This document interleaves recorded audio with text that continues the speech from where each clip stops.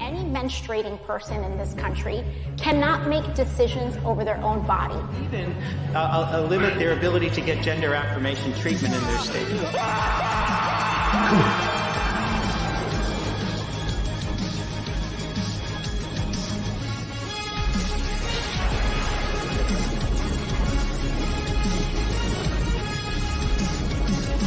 So when you think about it, there is great significance to the passage of time.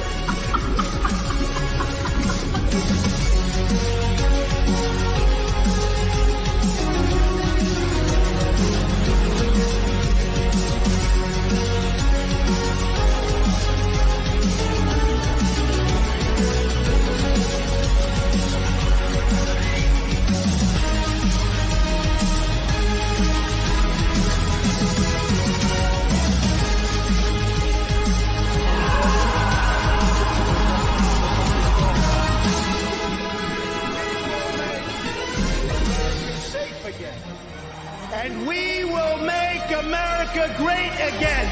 God bless you. I love you.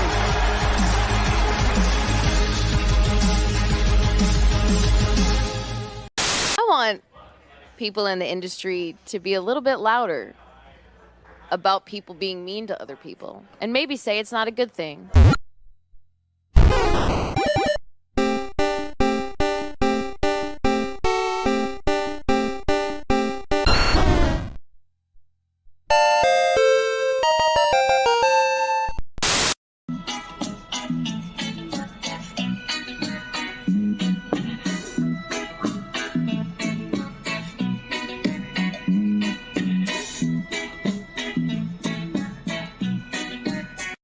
Go have a coffee with your marketing team and just terrify them. With the possibility of what's going to happen if they don't give you what you want. But hey, that's just a theory. A theory.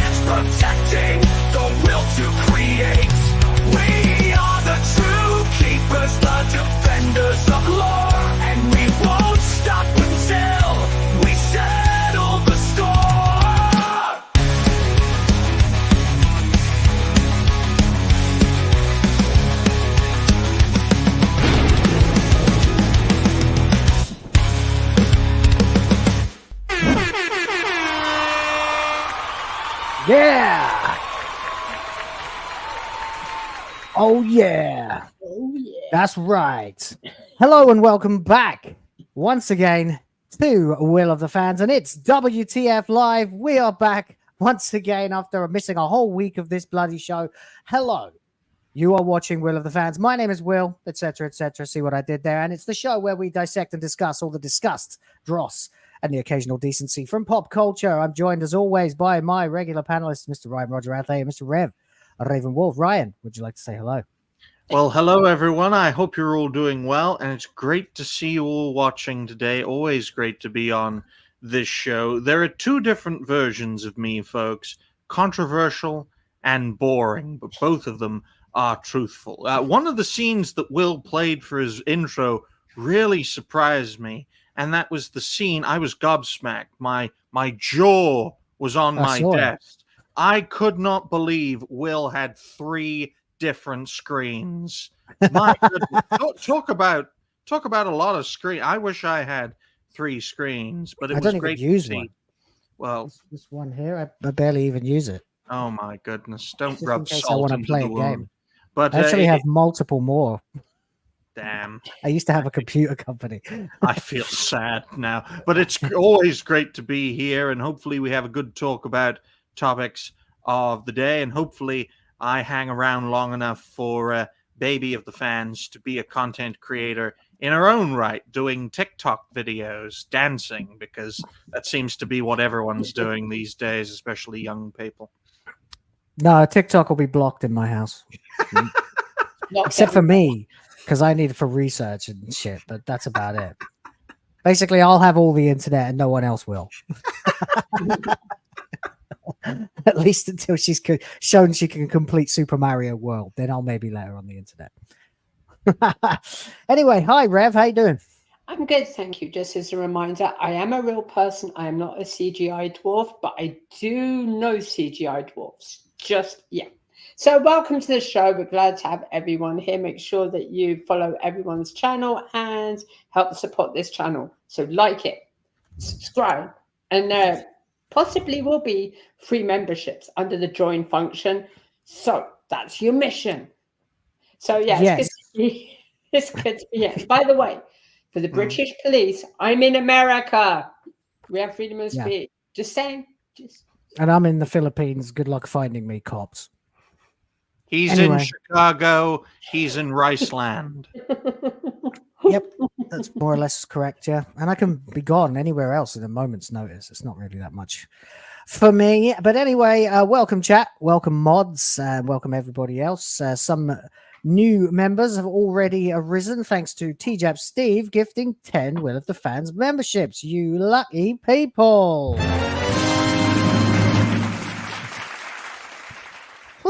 Almost couldn't find the thing there. Anyway, yeah, of course, we have got a lot to talk about. So don't forget, if you have something you'd like to chime in with, you can, of course, ping us a super chat, or you can join the channel, join the Griff Force, and get the benefits that are coming already exist, like emojis, etc., and then other things that I'm going to be adding later this month, now that I have some time to focus. So there you go. We've got a lot to talk about. Our top stories tonight, of course, are the fact that Ubisoft is basically in the toilet in the eyes of most gamers around the world for a number of different reasons. And then, of course, there's this curious game that I saw Smash JT talking about, and I'm intrigued. Dustborn, the wokest game ever, allegedly. Well, I mean, I'm almost tempted to play it, maybe stream it. Just to see how unbearable it is. I got through Doctor Who, and I got through Rings of Power and She-Hulk. I'm looking for a challenge now. I still have that picture. The one game I wish wasn't on Xbox One, Dustborn. Jesus. I know it's a strange name too, because it sort of implies that there's no sanctity to human life, which would be very woke. So there you go. And just right now, seeing as how things are going in the world, sanctity of human life, it might be a thing in the near future, because we'll all be replaced by CGI. Could well be. And yes, just one more thing as a public service to a couple of people who were saying they missed out on getting gifted memberships. You need to hit the join button and then hit the dots. From there, you'll be able to find the option to activate your willingness to receive gifts. And then you will receive when somebody gifts some more, which hopefully somebody will. But in the meantime, of course, we have other things to talk about, and that means it's time for that segment that everybody loves so much, where we try to cram as many stories as we can into 48 minutes. It's Rush News.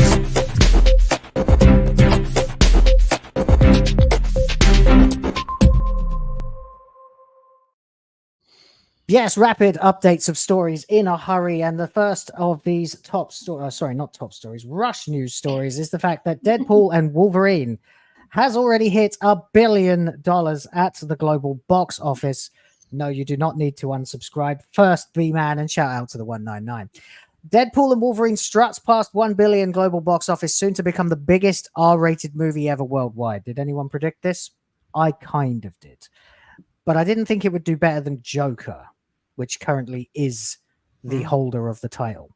Mhm. According to this, in reaching and surpassing the coveted milestone, the Ryan Reynolds and Hugh Jackman fronted threequel becomes only the second US R-rated movie ever to get there. After 2019's Joker, Deadpool and Wolverine is due to surpass Joker's $1.079 billion gross by the end of this week, becoming the biggest R-rated movie of all time globally and adding to its list of records, which it already has quite a substantial list of records. If you haven't seen, there's like well over 20, 25 Hollywood records, which some people might still say are worth something, that Deadpool and Wolverine has broken.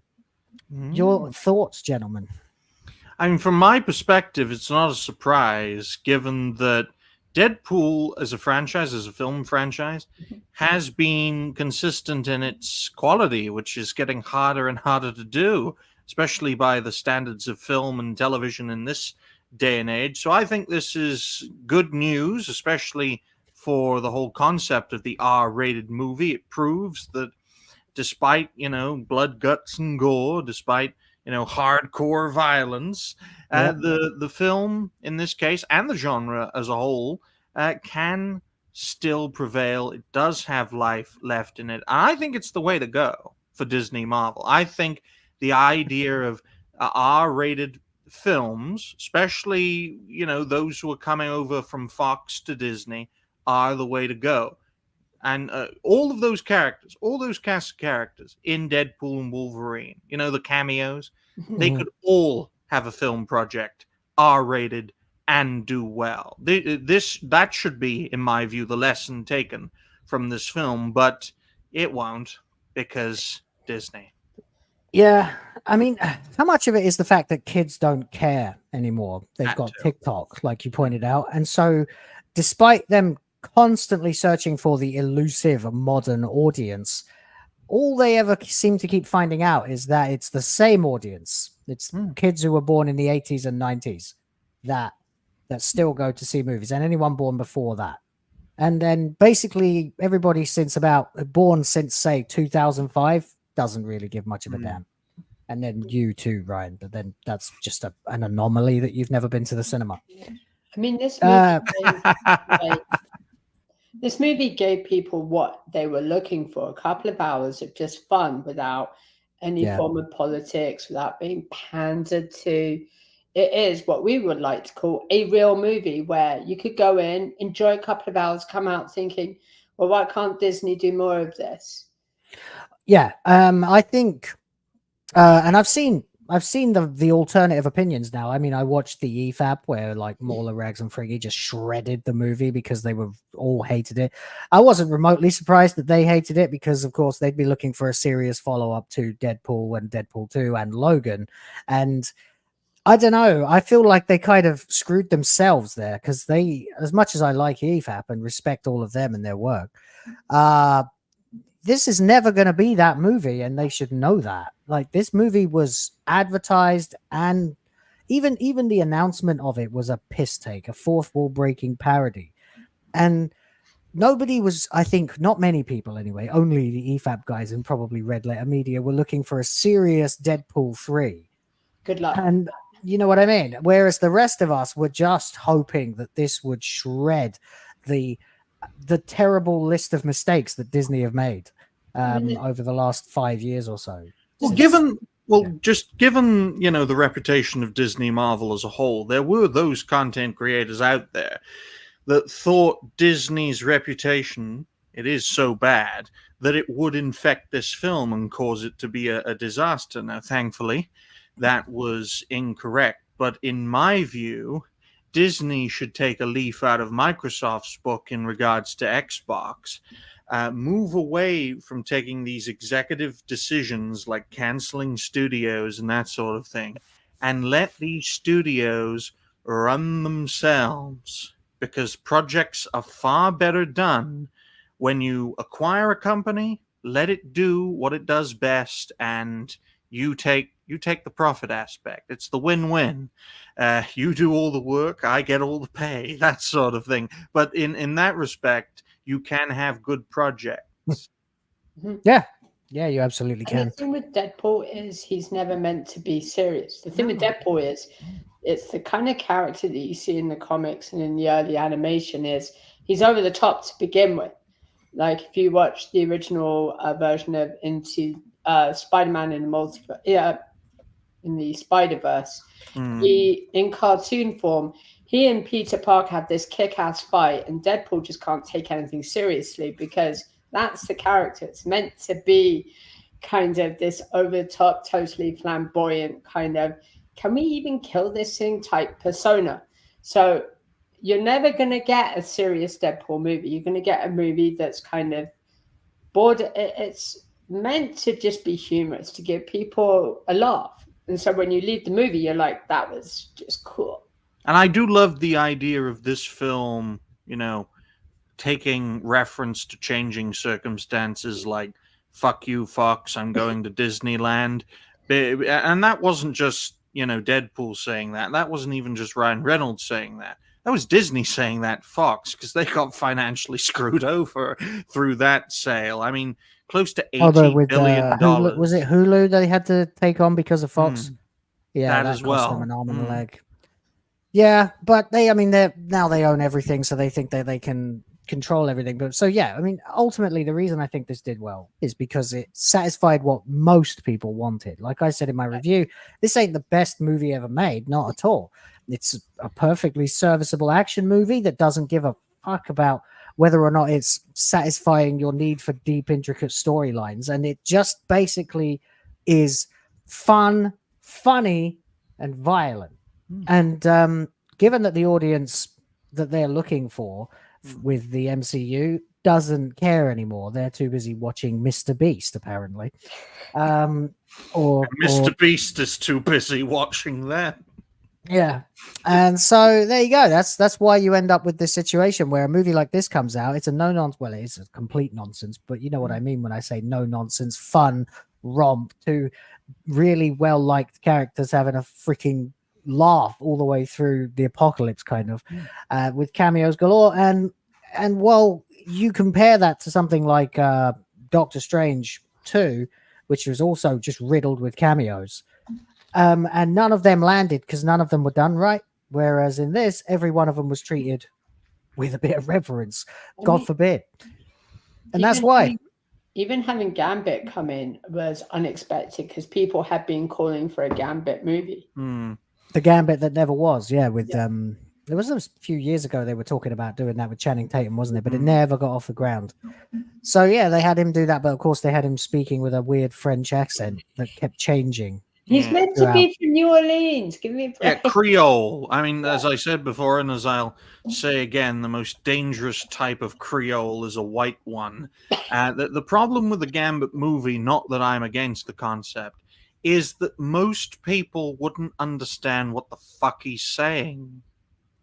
Yeah, that's true. Yeah, that's one of the reasons that they didn't go that way with it. Because of the success of Deadpool and Wolverine, this R-rated, don't give a fuck style filmmaking could be applied to an old man Blade film. It could be applied to a Gambit film. It could even be applied to another Elektra film or who knows, a fucking Juggernaut epic. You know, how he starts off as the Fox version, takes a bit of steroids and becomes a real version. Literally, Juggernaut on steroids, absolutely massive.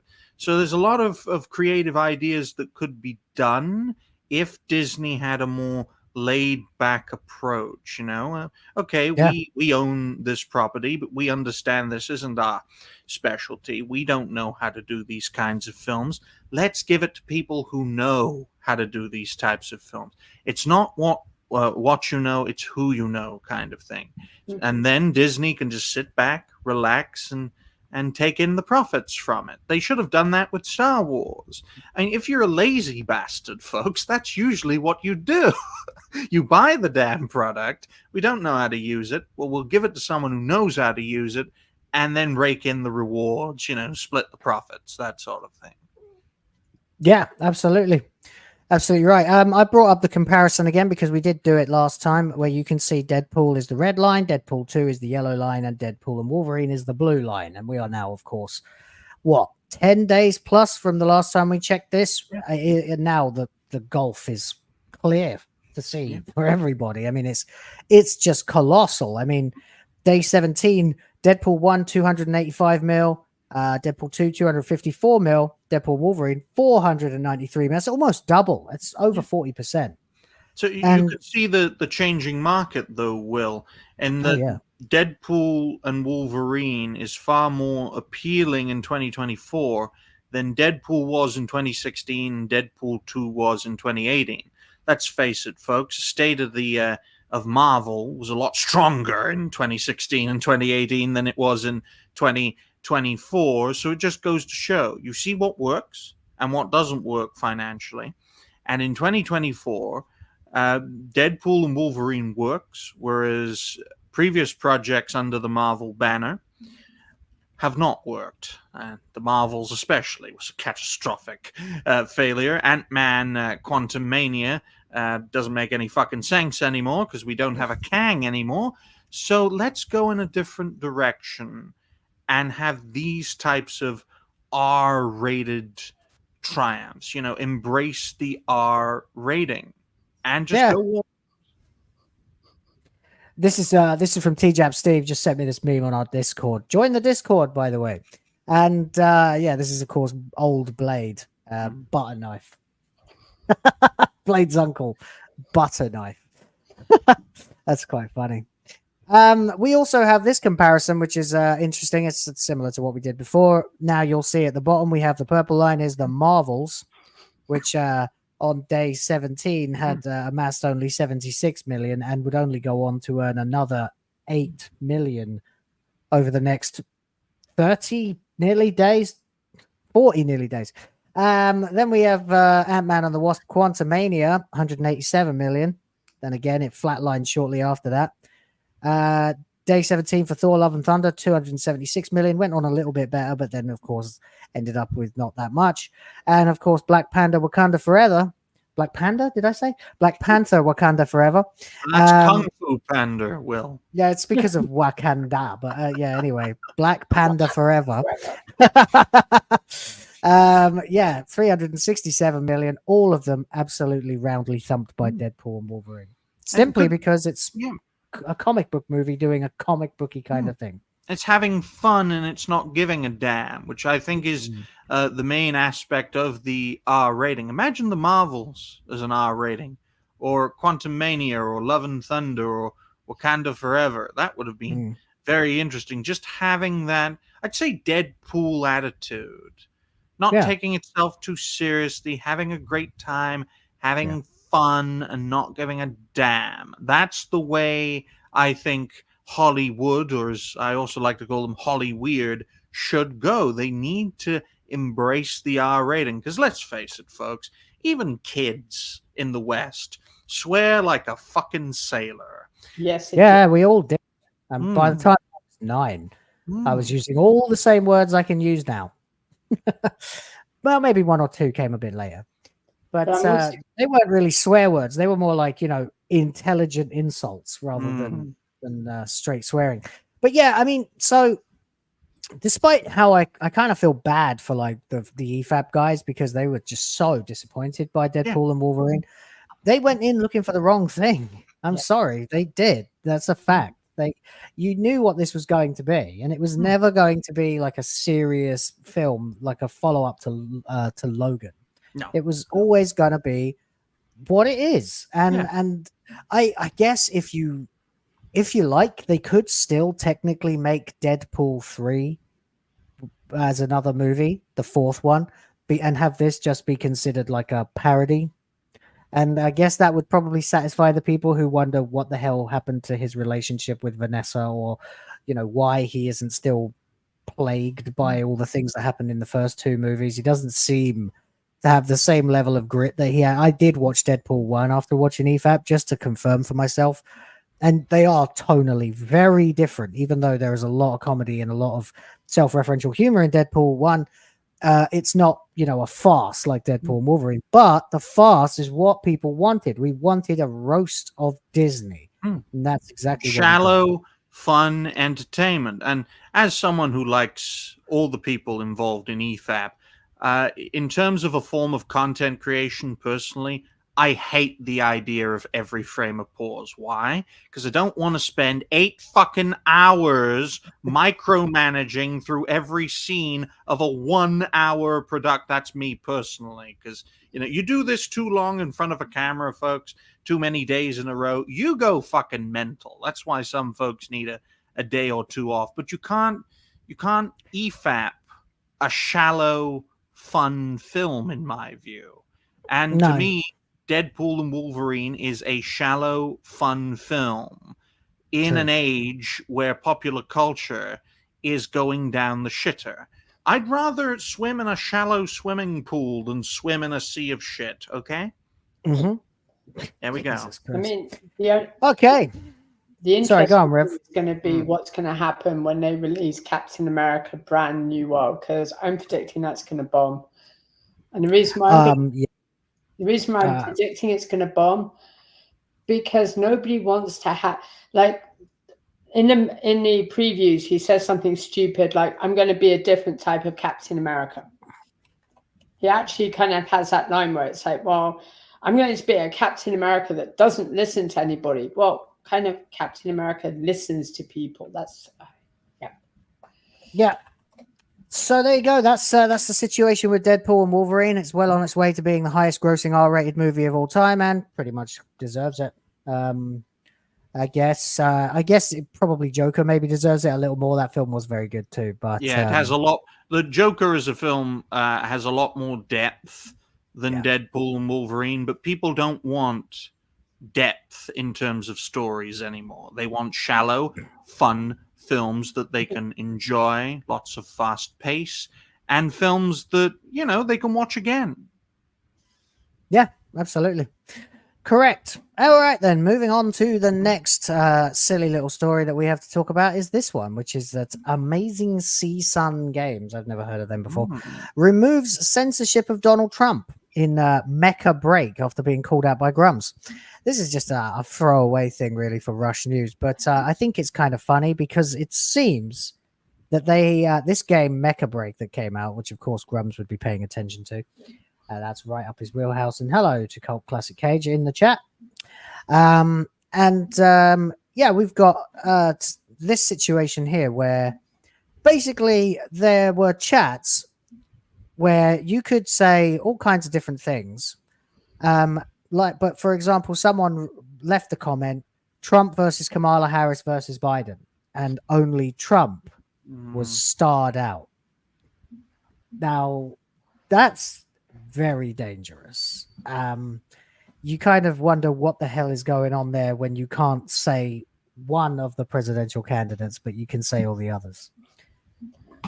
I mean, dangerous censorship. We've seen more of it today with the Elon Musk and Trump thing, where they were having a chat live on what was it called? What's it called? The Twitter thing? Spaces, yeah. X Spaces, that's right. And what happened? The servers got taken down, right? Yeah. Yep. So was anyone watching it? Did it just go dead while live? Lots of people watched it, but there was a DDoS attack to try and stop it from happening. Jesus should tell you something. But thankfully, it was recorded, a good 2-hour-long talk. Far from the most professional thing I've ever seen, but as someone who likes it reality-based, we love mucking it down in the dirt of amateurism. So it's good to see multi-billionaires doing the same. What's kind of funny is you have all these yes men type people that the second they hear Trump is going to speak, they're already finding out ways to silence it and complaining and all of that. And it's getting to the point where you have to look at American society and think, what in the fuck are people thinking? Because it doesn't make any sense. Why would you then decide just to attack X just because somebody's doing an interview? And it just goes to show this sheer level of censorship that this country is getting to. It's completely brazen. Well, yes. Yeah, it's obvious. I mean, to use Dobby as an example, imagine if a group of people stole your favorite animal and used it in a way you didn't like. That's Twitter turning into X for these progressive fuckers. More or It less, was yeah. their main site of communication and of censorship. Yeah, they had basically silenced every one of us, anyone who would say the opposite. You couldn't get any reach. Your posts were never seen. And if you said anything out of line, you got banned instantly. And that was taken from them. And that, to them, is equal to having their favorite pet stolen from them. So, of course, they're going to take it personally and go after Elon. Of course, Trump derangement syndrome is a clear thing that we've seen for many years. Decades now. It just goes to show, if you question the establishment, if you challenge them in any way, shape, or form, like blood in the water, they're sharks. They will come for you, and if they can't rip you apart, they'll find others to rip apart who are close to you. And in regards to this game and the censorship being reversed, that is a good thing that the censorship is reversed. It was bad that there was censorship, but it was probably algorithmically done. And a great way of... well, it was a third party. Oh, we'll get to it. We'll get to it. We can go straight now if you want. But a great way of testing censorship is to use controversial language. I mean, for example, brownie or tiny hat, towel head, using direct rice muncher, curry muncher, dwarves, goblins, people with gigantic noses, that sort of. You have to test these sorts of things to see if they do get censored. It's a bit risky, but it is possible. In my case, boring or controversial. One of the two. The other thing, my dog black person. I agree. Dog. The other thing is like it's like a sound effect. Robin Hood. Trump is like Robin Hood, basically. Yeah. In other words, he has that persona that Robin Hood had, where everybody's after him, and it's like he just carries on going. He carries on appearing. Whenever he does talk, people go like completely nuts. So, Dobby's dogs are asking us, help, help. I speak dog, so I know. I have no idea who that was. Oh, right. Okay. You kind of look like one, so I did wonder. Oh. No, anyway, sorry. But yeah, so after Grums had flagged this with the developers, they actually indicated that they received a list of censored words from a third party. So clearly they outsourced the censorship to somebody else. I wonder who. It's got all the hallmarks of a Sweet Baby Inc. style company, because whoever they hired now, I mean, I'd very much like to find out who they hired so that we can put them on DEI detected and alert Cabrutus, etc. But I'd like to know who the outsourcing company was that received the request for censoring words and decided that one of the most famous people in the world, who has more or less been at this point proven to be innocent of everything he's ever been accused of and has also survived his own assassination, why he deserves to be censored. Like, really, why? You have to be literally deranged at this point to still think that Trump is anything but a man of the people. TDS is real. And we are it is. Yes. I mean, it really is the most bizarre thing, because now more than ever, all the evidence is pointing to his innocence, his, I suppose, almost virtue, although he's not a perfect person by any means, of course not. But no one is. And at least he's honest, and that's why people like him. But both sides have different frames of reference, which is why Trump derangement syndrome has only been getting stronger over the course of the past 8 to 10 years, because both sides have different media frames of reference. I mean, we use alternative media for the most part.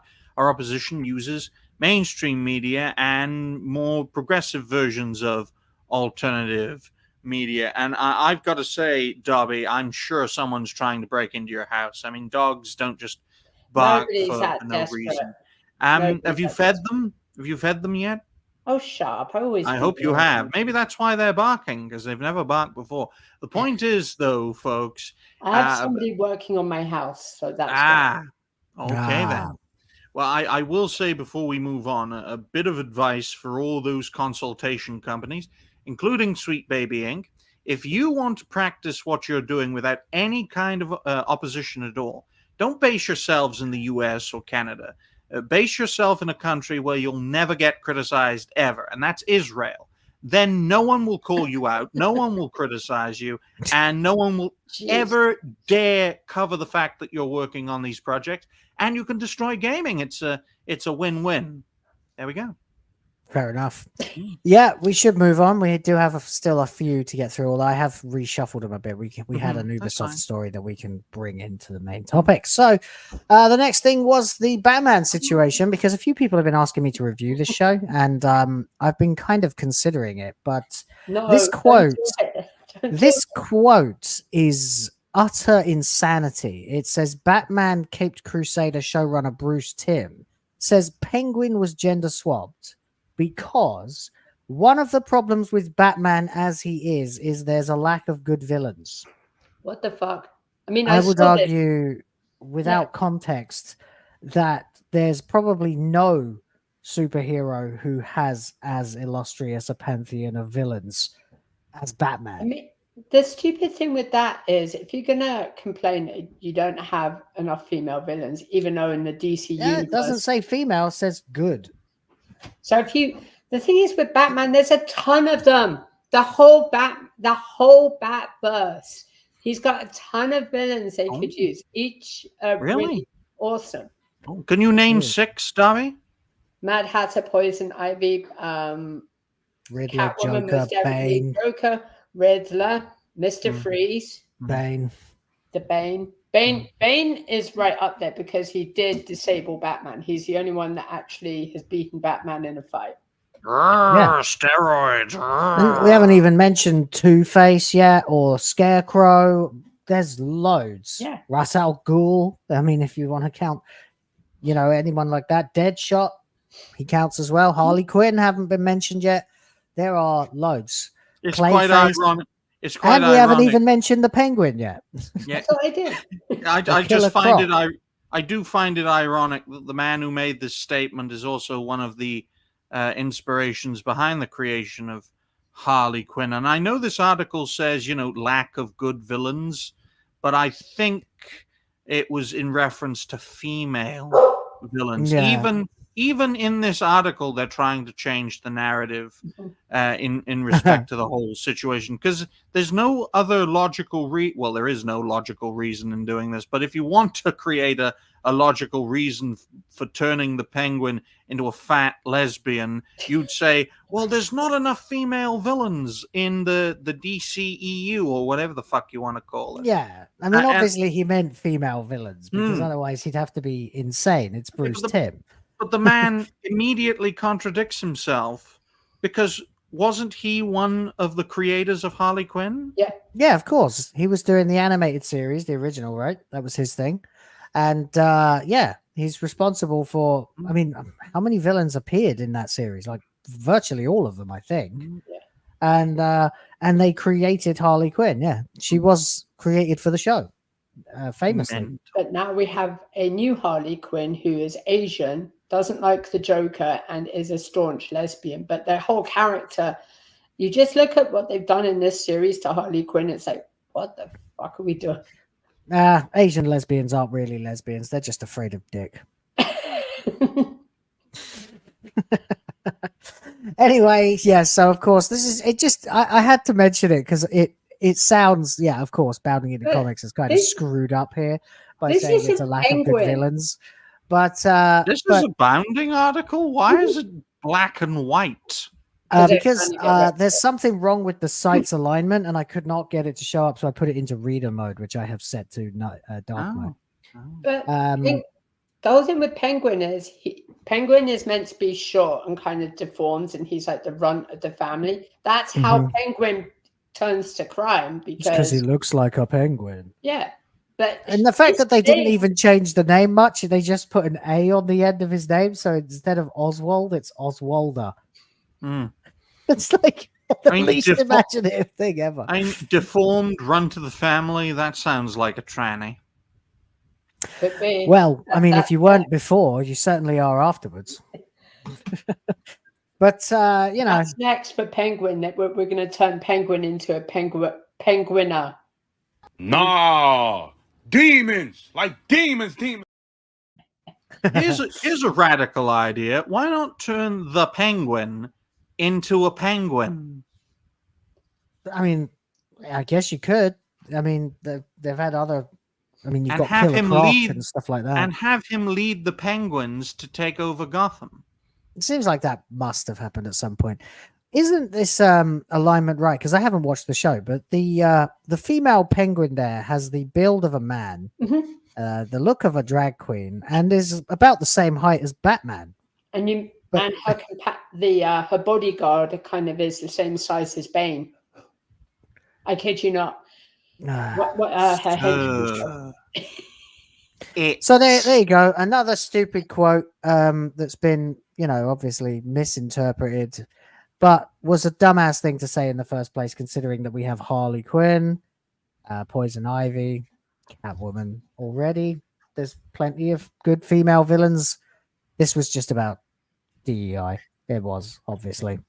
They probably thought no one would care because, I mean, whose favorite Batman villain is the Penguin, really? Logan. Apart from perhaps in Batman Returns. But even then, nah.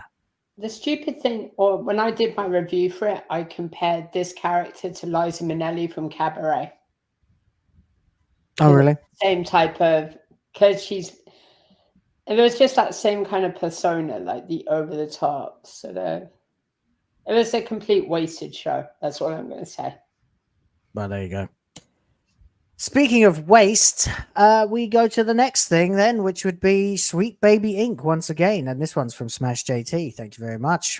And he has recorded here the fact that, of course, Alan Wake 2 was one of the many games that Sweet Baby Inc. had completely and totally screwed up with woke DEI rubbish.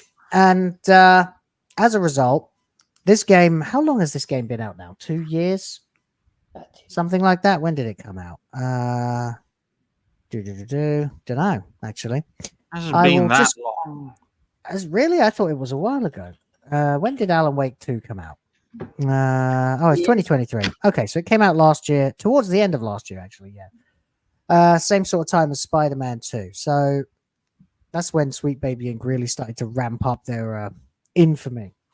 But according to Smash JT and Remedy Entertainment's half-year financial report covering January to June 2024, at the time of publishing, Alan Wake 2 has recouped most of its development and marketing expenses. In other words, as Smash JT points out, it means they've taken a loss on the game. Does anybody else want to just say get woke, go broke? But well, I will say that recently I've been, praising Epic for being like the number 2 PC site. Of course, number 1 is Steam. One of the few exceptions to that praise is the handling of Alan Wake 2. I mean, collaborating with a company that is also collaborating with a toxic consultancy firm is not the way Epic should be going. I mean, what made Epic the giant that it is today is by promoting creativity. I mean, the most successful game is their most creative that is available to all, and that mindset should spread throughout their platform. And in my view, consultation groups like Sweet Baby Inc. are extremely dangerous for creative gaming. I mean, it is the complete opposite of the whole concept of the Unreal Engine, because that engine allows so many up-and-coming developers to make great games despite having god-awful budgets. And you've got companies like SBI just infecting it all. So I personally think this is very disappointing, and it damages Epic's reputation. Yeah, I mean, it definitely damaged. I mean, what hasn't Sweet Baby Inc. damaged? Is there anything? I mean, They've damaged the reputation of every single game they've worked on. Every major release, from Spider-Man to Alan Wake 2 to Suicide Squad Kill the Justice League. They're responsible for games completely tanking as soon as they release, like, for example, Flintlock, The Siege of Dawn.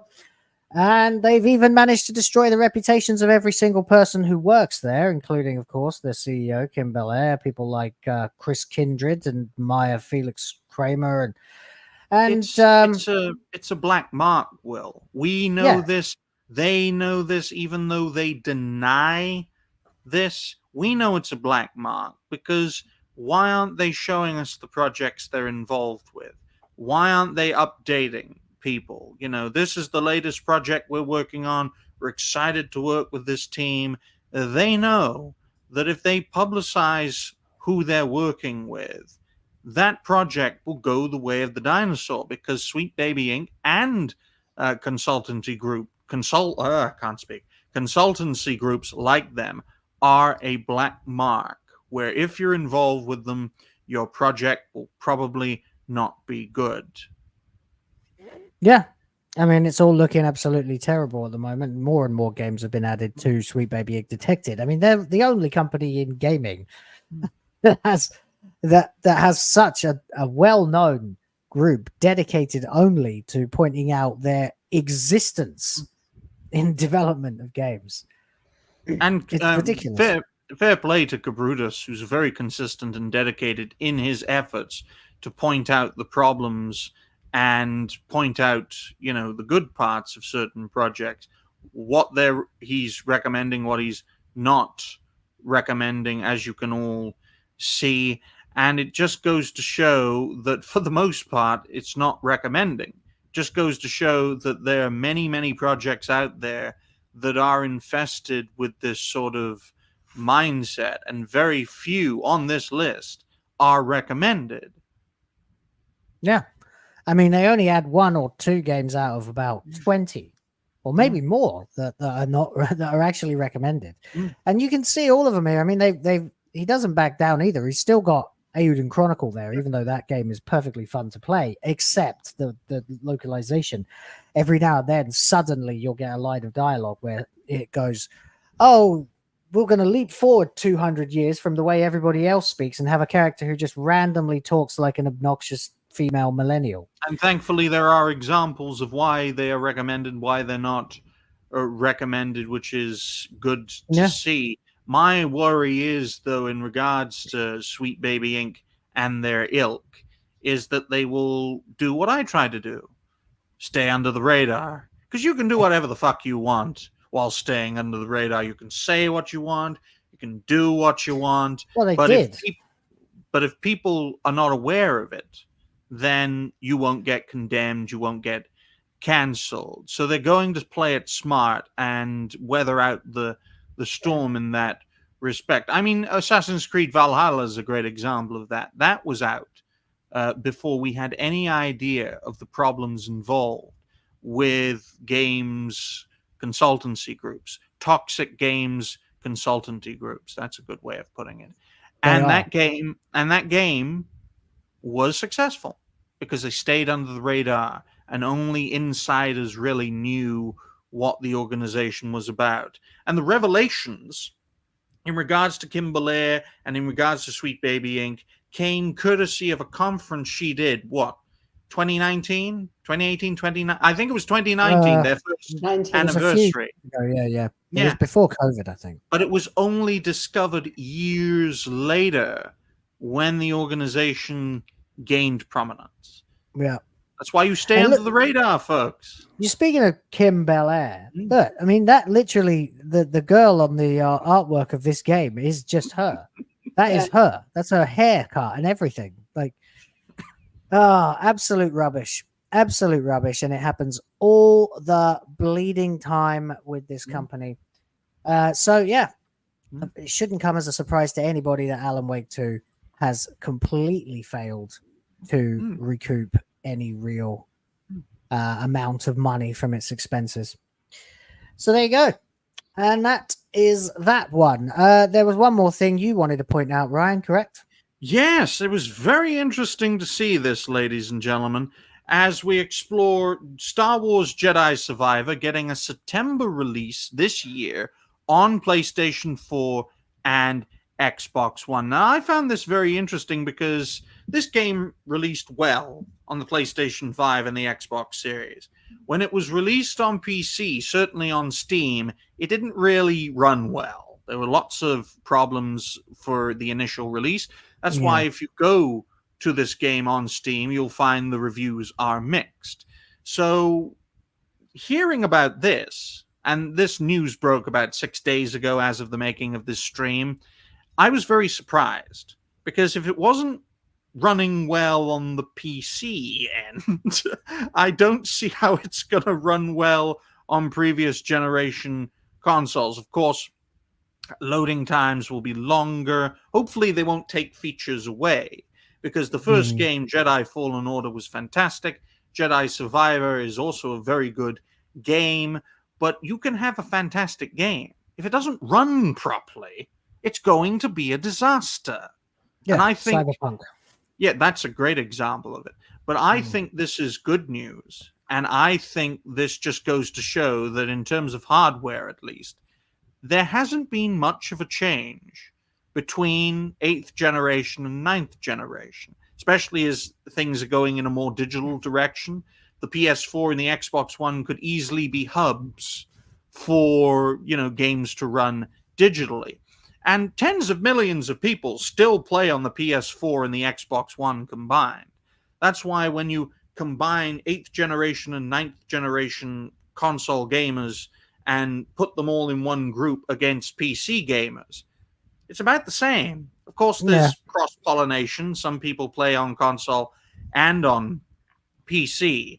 But in regards to this situation, I find it very interesting that this is being done. And I also found out that the latest project to be due for release on the PS4 and the Xbox One is a remake of Prince of Persia: Sands of Time, which is due for release sometime in 2026. Those are for August of 2024, and if you go down a bit further, you'll see others with a 2024 release. But there are also ones here, if you go up to the month, you can go to 2025. There are games due for release then, and there's one for 2026. I just found it very interesting that this is being done, because these consoles were released in late 2013.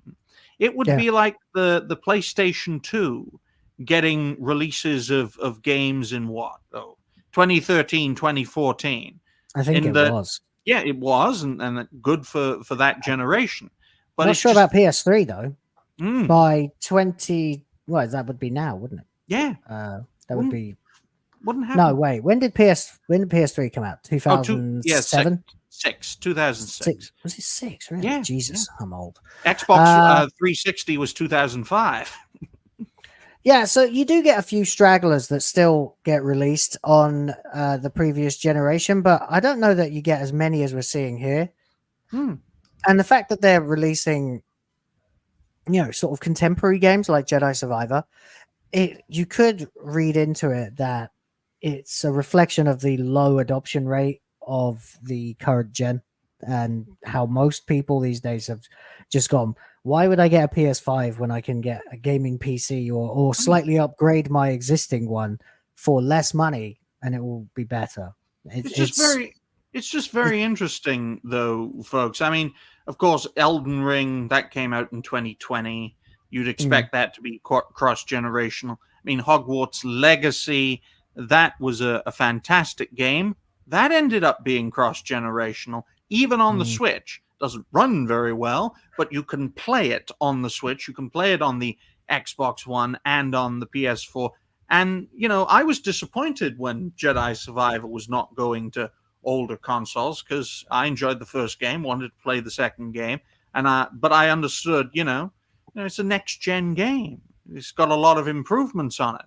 Then I see this and I'm thinking, damn, what the fuck's going on? Because it's strange. It's been 4 years, folks. Console generations are 8 to 10 years.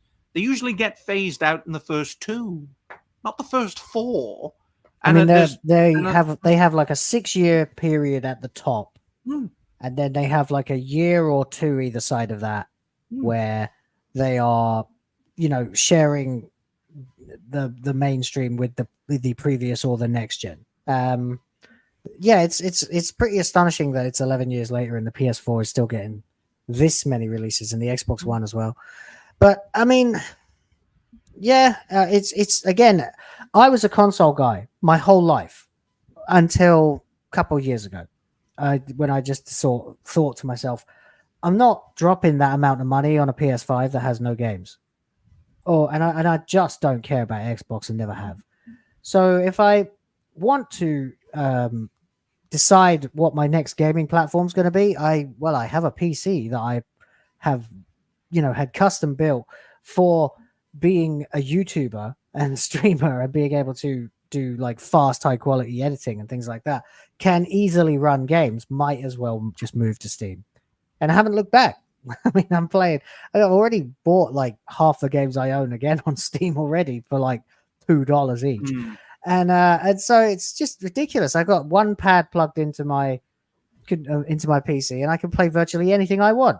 It's easier than emulation. It works, I can only think of one PS5 exclusive off the top of my head. I think it was called Returnal or something. I also was a PS5 exclusive, but then FF7 remake, Rebirth was a and God of War Ragnarok began as a PS5 exclusive, I think, or was it just PlayStation? Maybe it was on both. I don't know. But there weren't really any killer apps that made you must have a PS5, and I guess only Final Fantasy 16 Rebirth or Stellar Blade count, and none of them moved the needle for me. So there you go. As much as I support Stellar Blade, I'm not spending $500 or $600 to play one damn game. I'm just not doing it. I mean, from my perspective, I think in terms of mindset, late 7th generation. In terms of quality, the 8th generation of consoles, so long as they don't fuck up and get released broken, which quite a few of them did.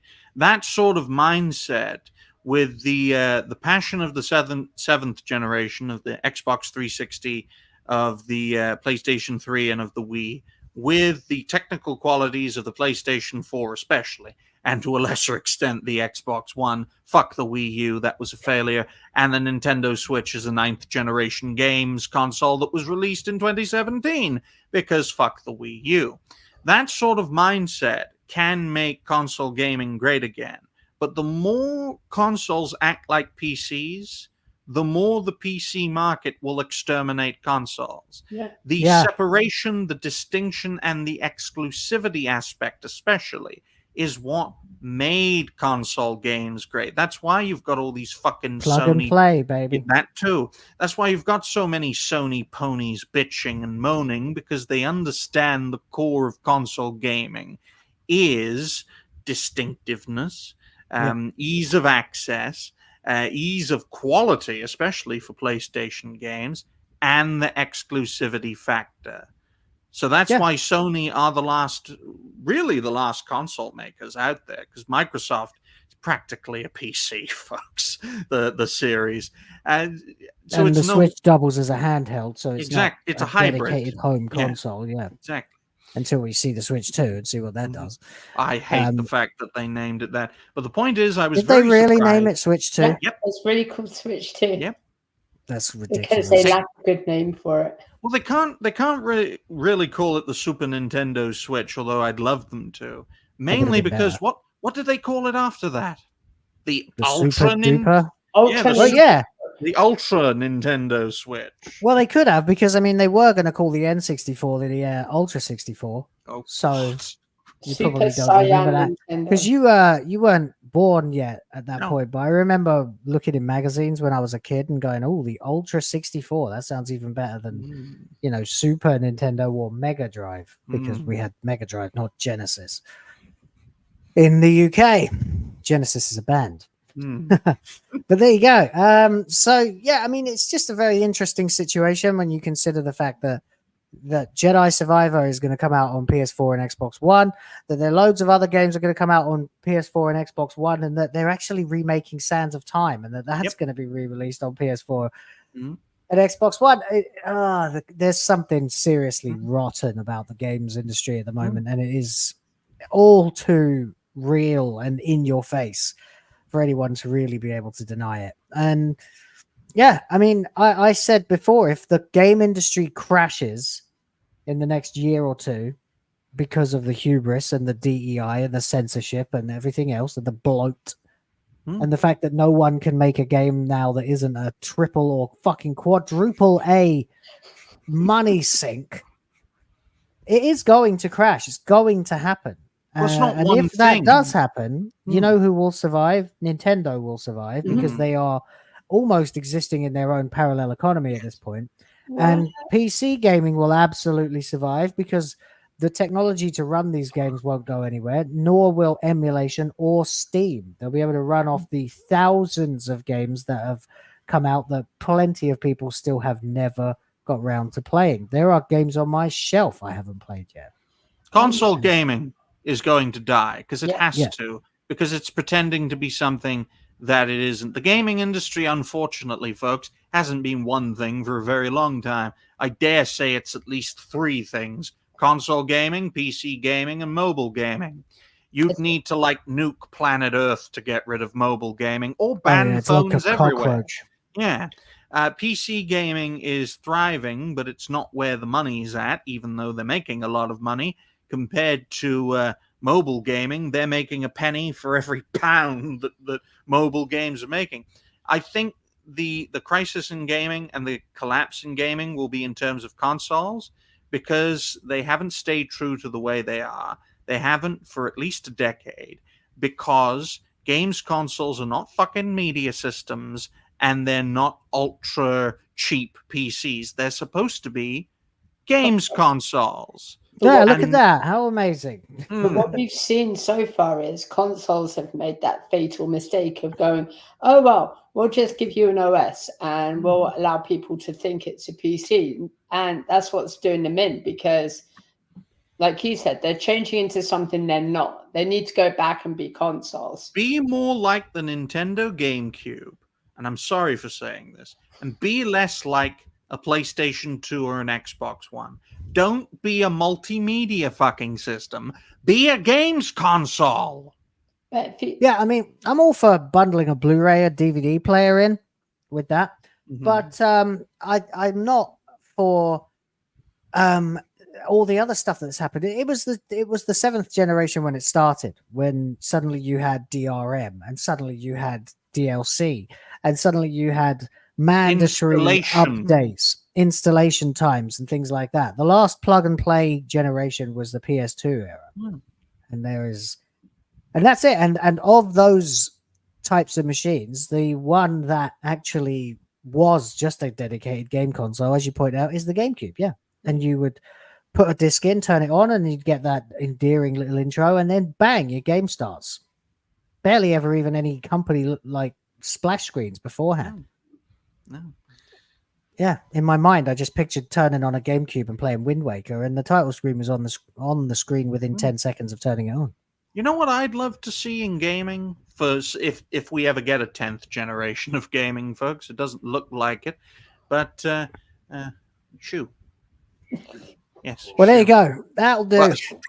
Oh, is that shoe? You're telling your dad to shoe? Is that? Yes. Yeah. The point I was going to make before we move on is that if we ever get to the 10th generation of console gaming, one thing I'd like to see is that we can actually, play a game, whether it's online or offline, and we don't have to wait a fucking hour or even 10 minutes for it to install. I just want to plug in a game and play the game. Yes, so would I. And the funny thing, when I'm on a PC and I want to play a game, I pick up this controller. It's a PS4 controller. And I either use it wireless or I have a cable. I open Steam, I go to the game, I hit play.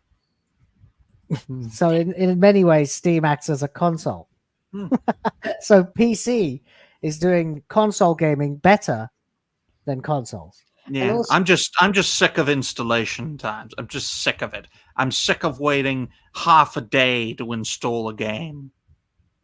Yeah, And absolutely. the other thing with Nintendo is they're sailing very close to, there's already been some discourse about the new Zelda game. I've looked at that game. There's nothing inherently bad with it, but it's like, I really think that Nintendo is fighting the itch to go down that whole current day, DEI. the message. Yeah.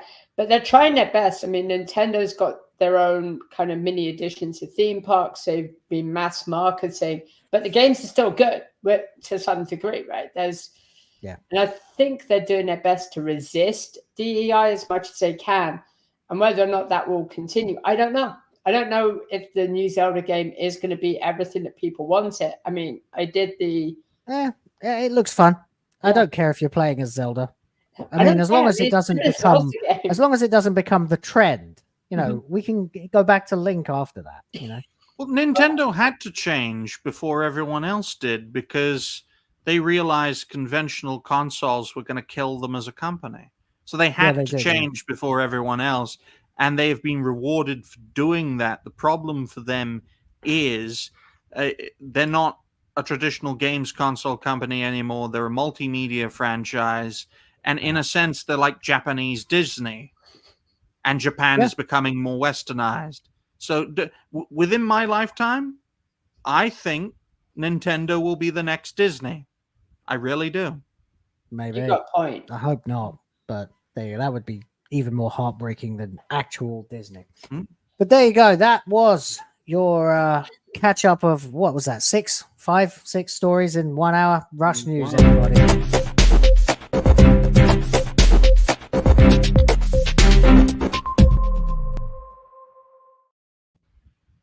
It was fun. And now over to the weather with Ryan. It's going to rain. It's going to rain. But anyway, so we're going to go into our top stories, although we did spend a long time on a couple of them. But first, I just want to acknowledge James Obb having gifted 10 Will of the Fans memberships. Yes, join the Grift Force.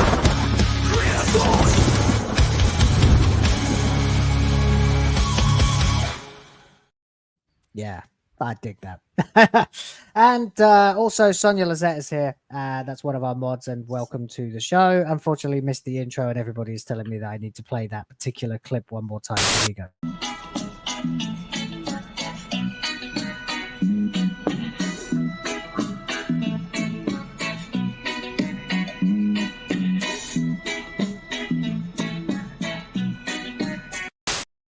There you go. There you go, Sonia. I hope that brightens your day. A little shot there of Princess of the Fans sitting on my lap while I was editing that Grift Force video. So there you go. That is my daughter. She is the principal benefactor of or beneficiary of all your gifted memberships and super chats. So there you go.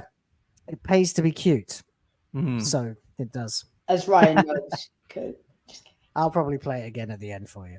Anyway, we do have a couple of other things we need to talk about. First of all, one of them is just simply Ubisoft and the absolute state of them.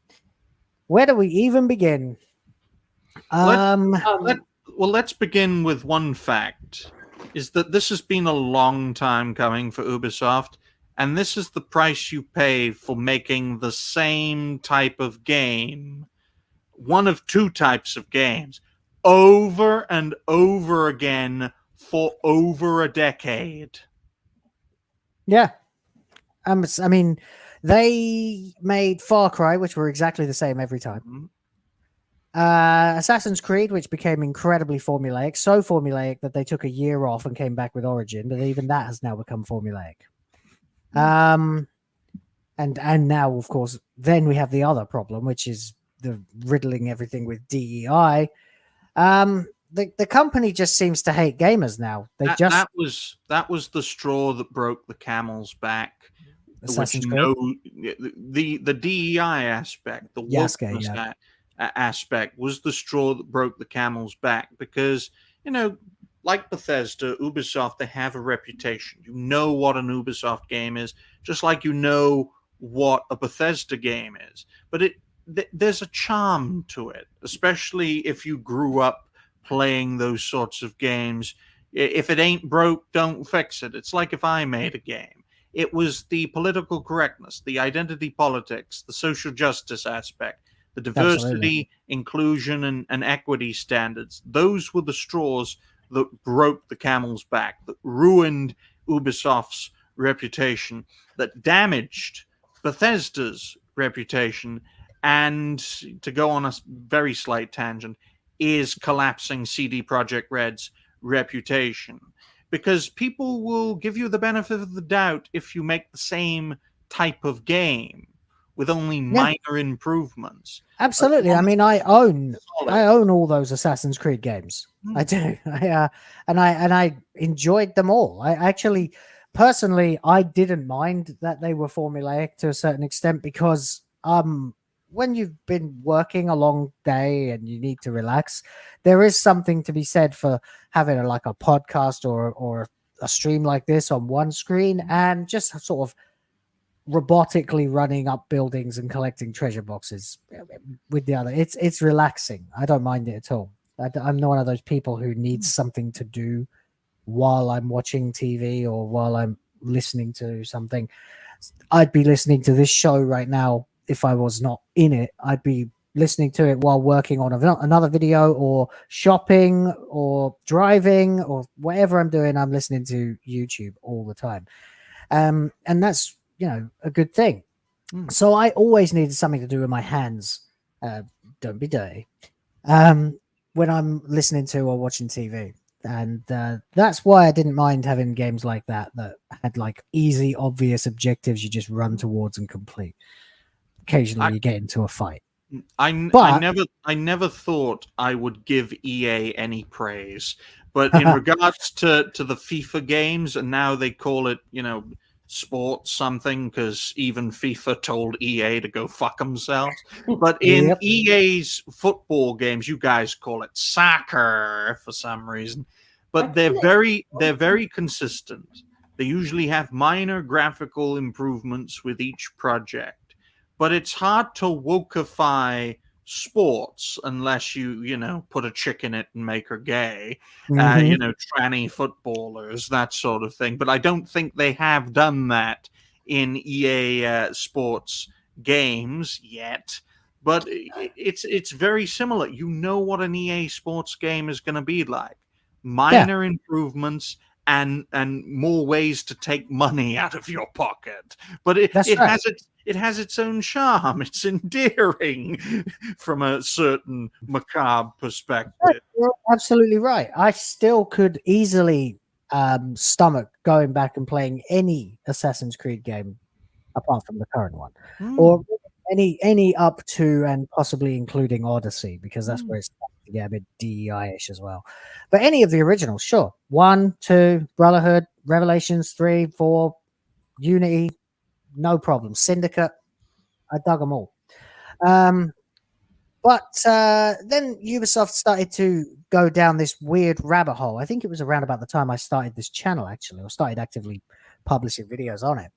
Was when they started saying stuff like this. But it really came to a head at the start of this year, when I remember we were sitting talking about this a few months ago, right before Gamergate 2 kicked off.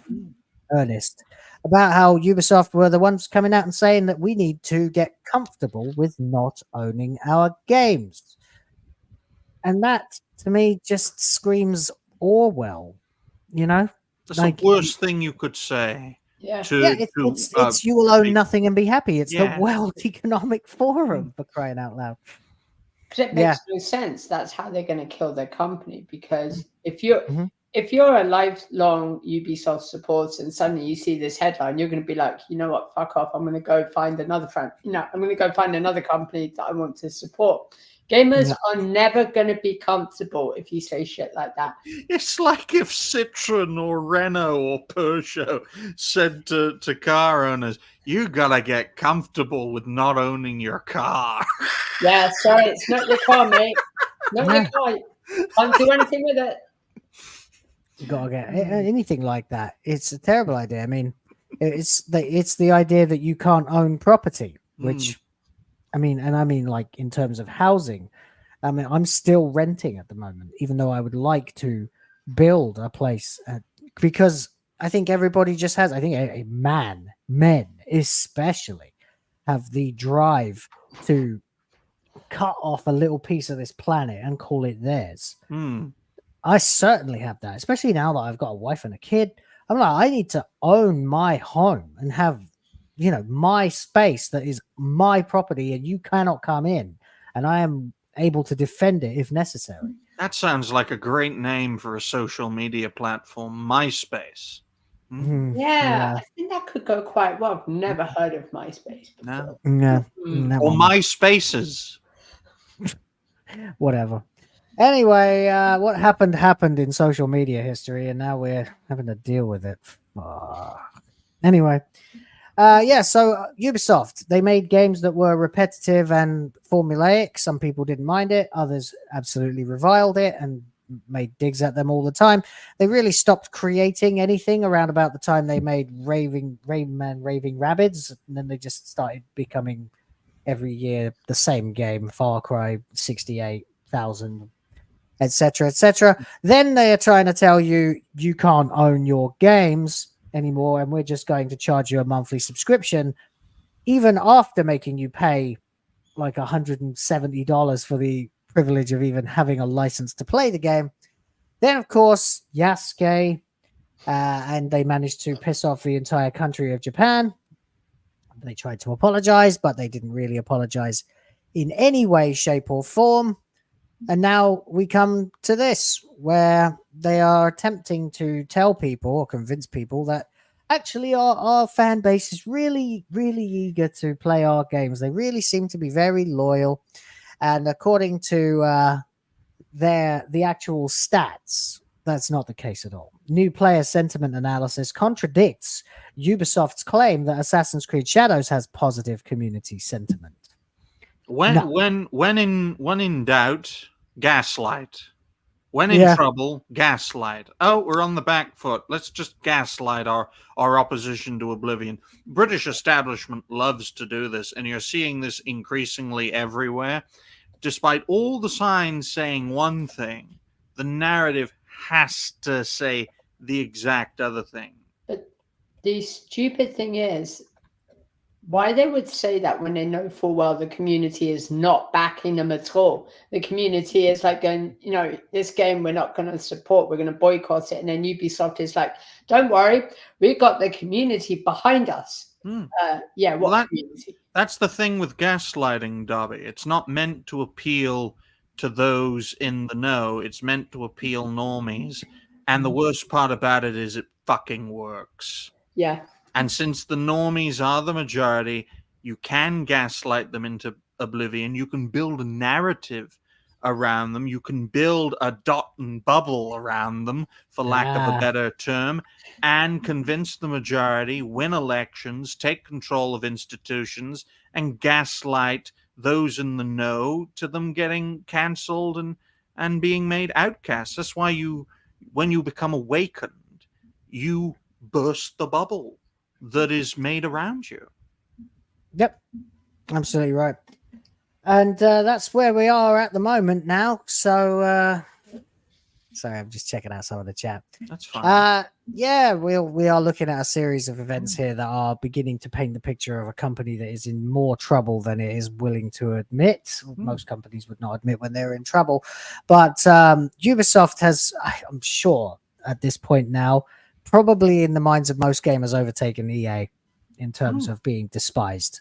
During the company's Q1 FY 2025 sales conference call in July, an investor from HSBC asked about how pre-orders for both Star Wars Outlaws and Assassin's Creed Shadows, we didn't even mention Star Wars Outlaws, compared to previous Ubisoft releases. Ubisoft CEO responded, "We do not disclose nor comment on pre-orders usually. What we can say, what we've been observing and measuring is that our two big titles actually are among the most awaited games of the industry." Well, that's bullshit right there. That is some serious bullshit right there. It is absolutely vague.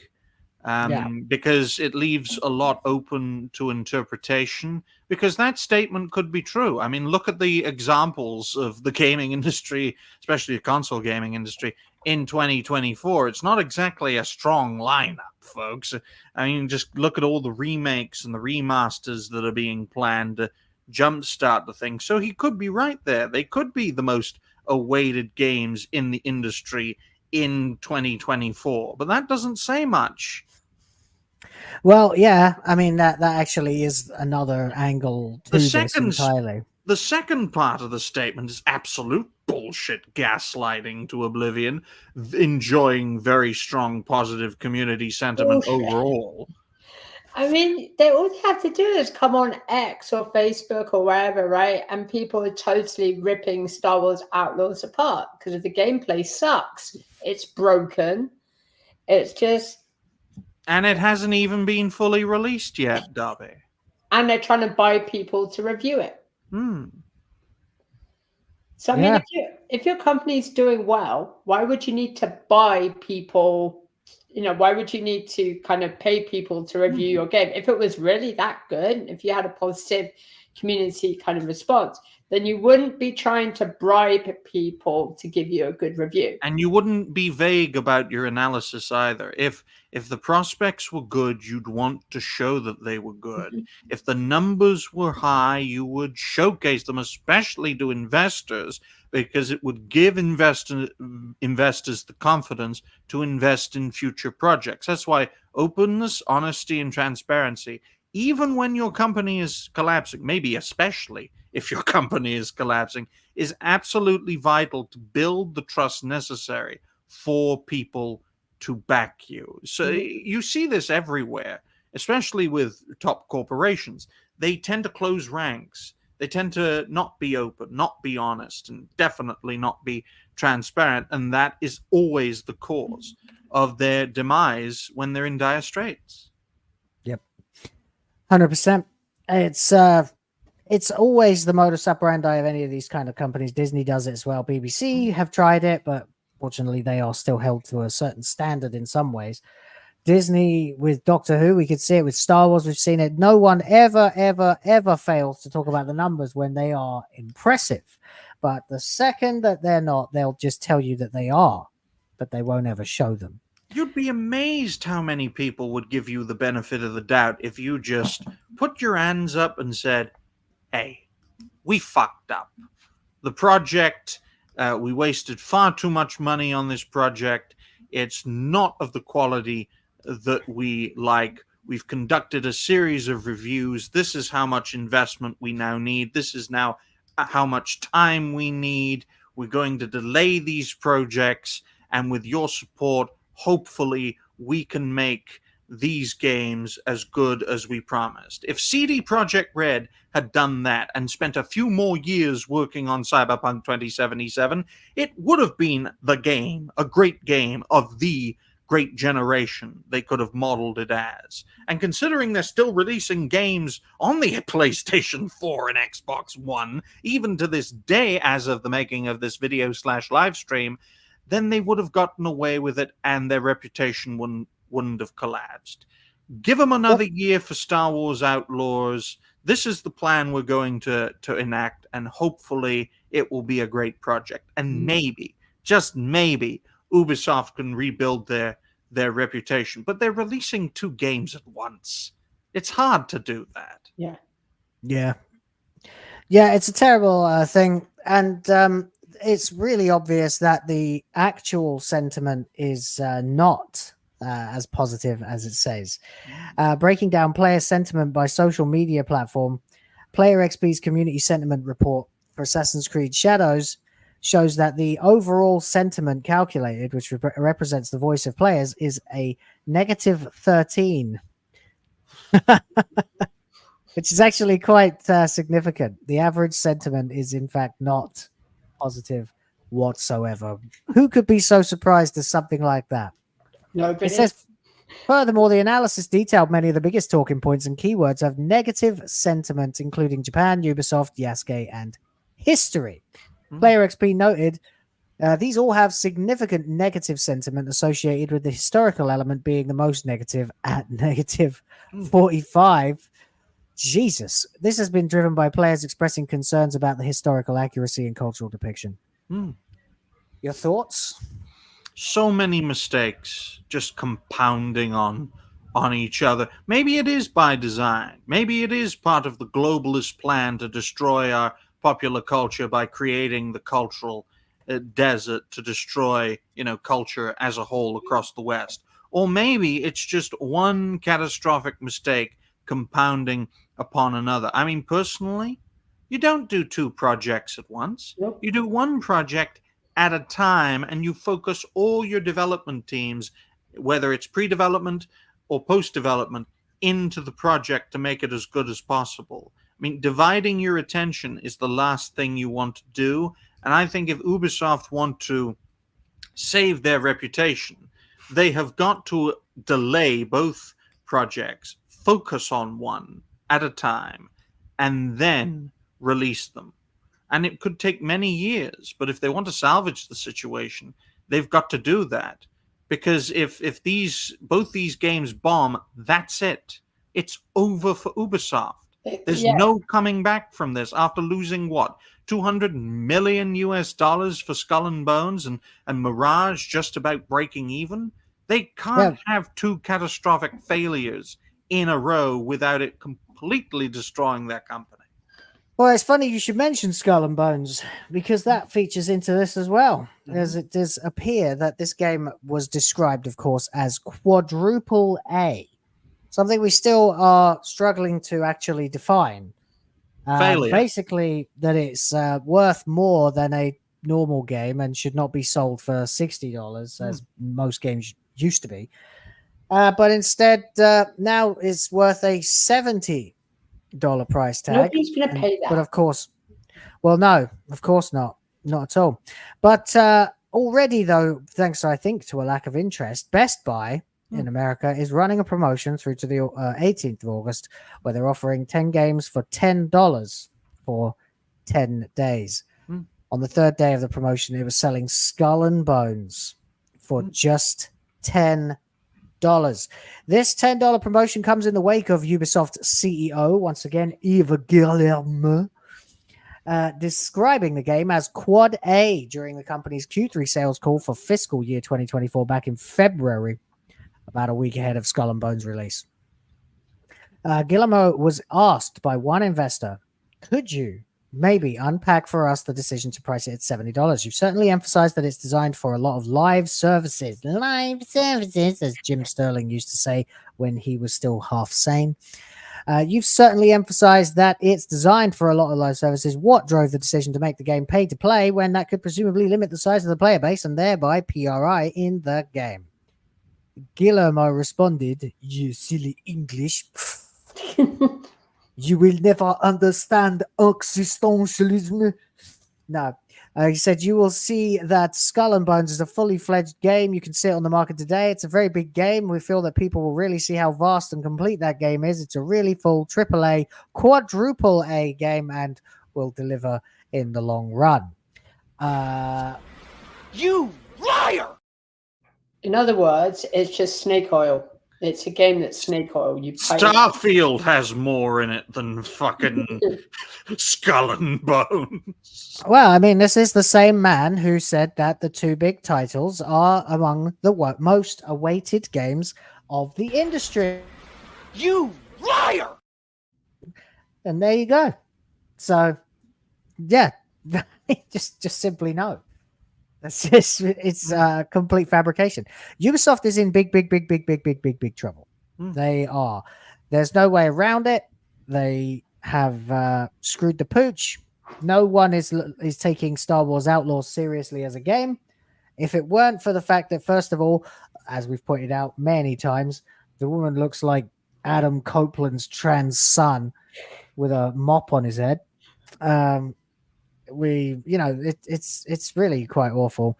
And then there's the gameplay, which is full of clipping and all kinds of other stuff. And according to them charging $70 for it, this must also therefore be a quadruple A game. And once again, it's just a broken mess. Yeah. Because there's no, they've just mass marketed it on social media without actually finishing the game and making sure that it actually works. Yep. And once again, Mr. Guillermo says we can't comment on the very numbers you are quoting, but what we have factored in is a strong launch for Star Wars Outlaws. You liar! That reflects the fact that it is among the most awaited games of the industry this year and a really strong positive community sentiment. You liar! Yeah, no, he is full of shit, as we say in the industry.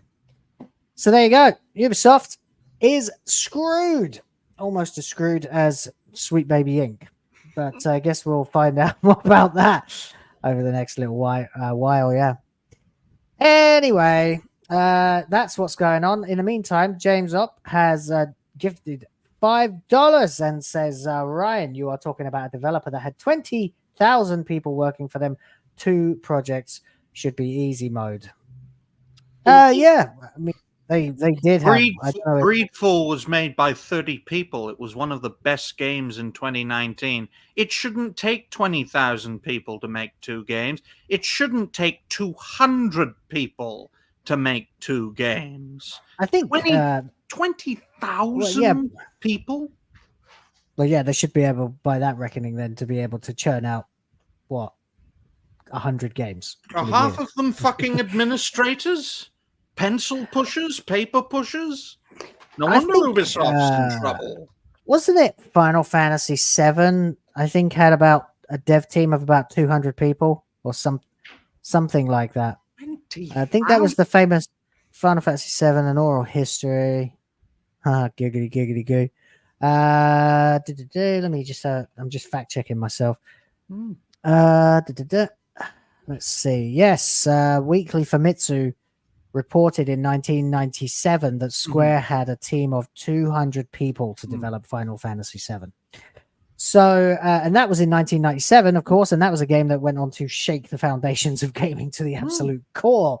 But I do see what James Opp is saying there. So, I mean, yeah, with that many employees, Ubisoft ought to be able to pull this off with minimal incident. But especially with like Assassin's Creed, where they've got the template there. They didn't need to go to the lengths that they have done, but they've got the templates for most of the games they can come up with. And yet they're still all broken messes.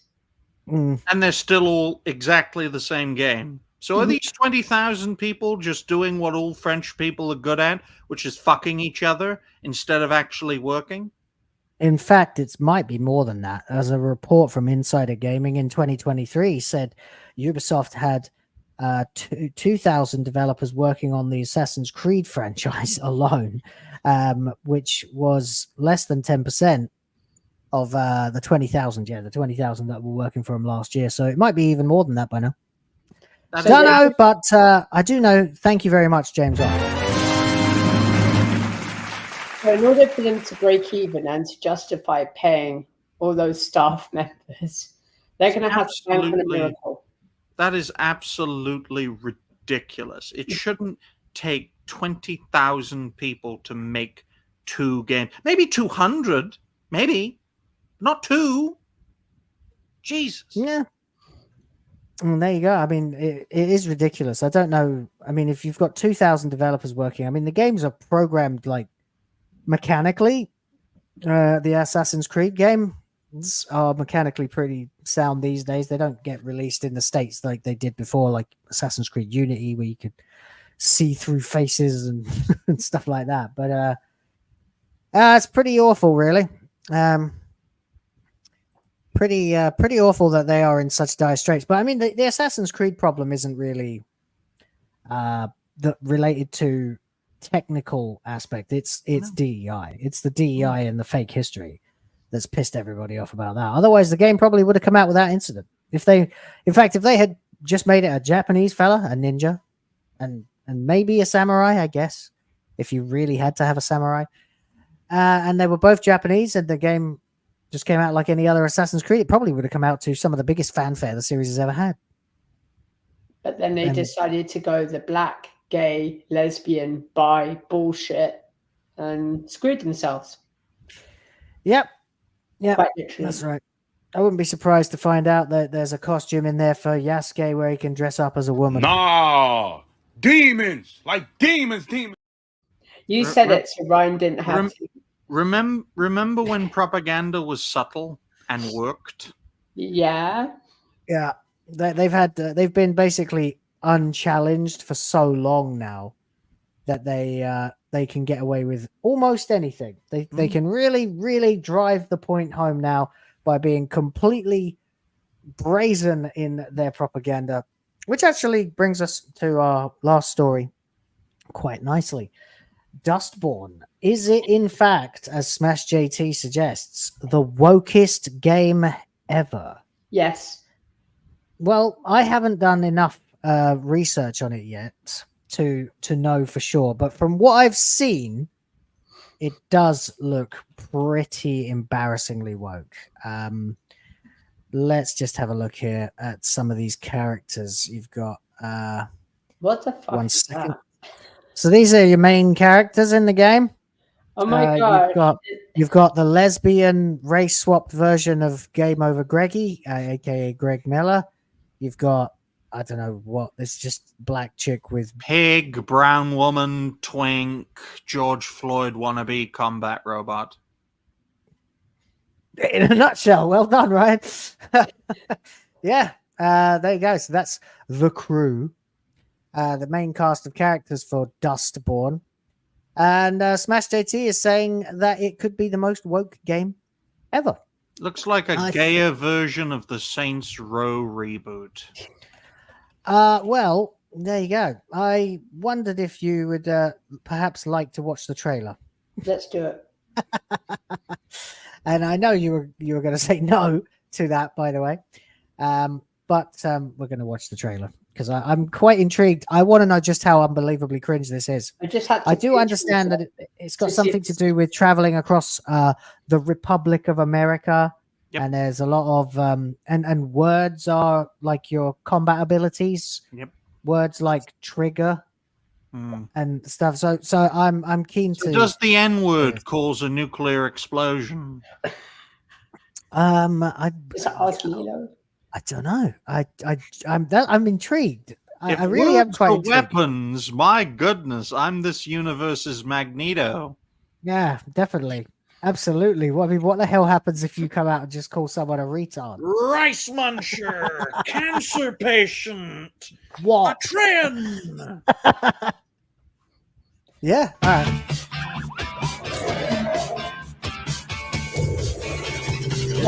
All right. Straight out of the gate, this looks like a Telltale game.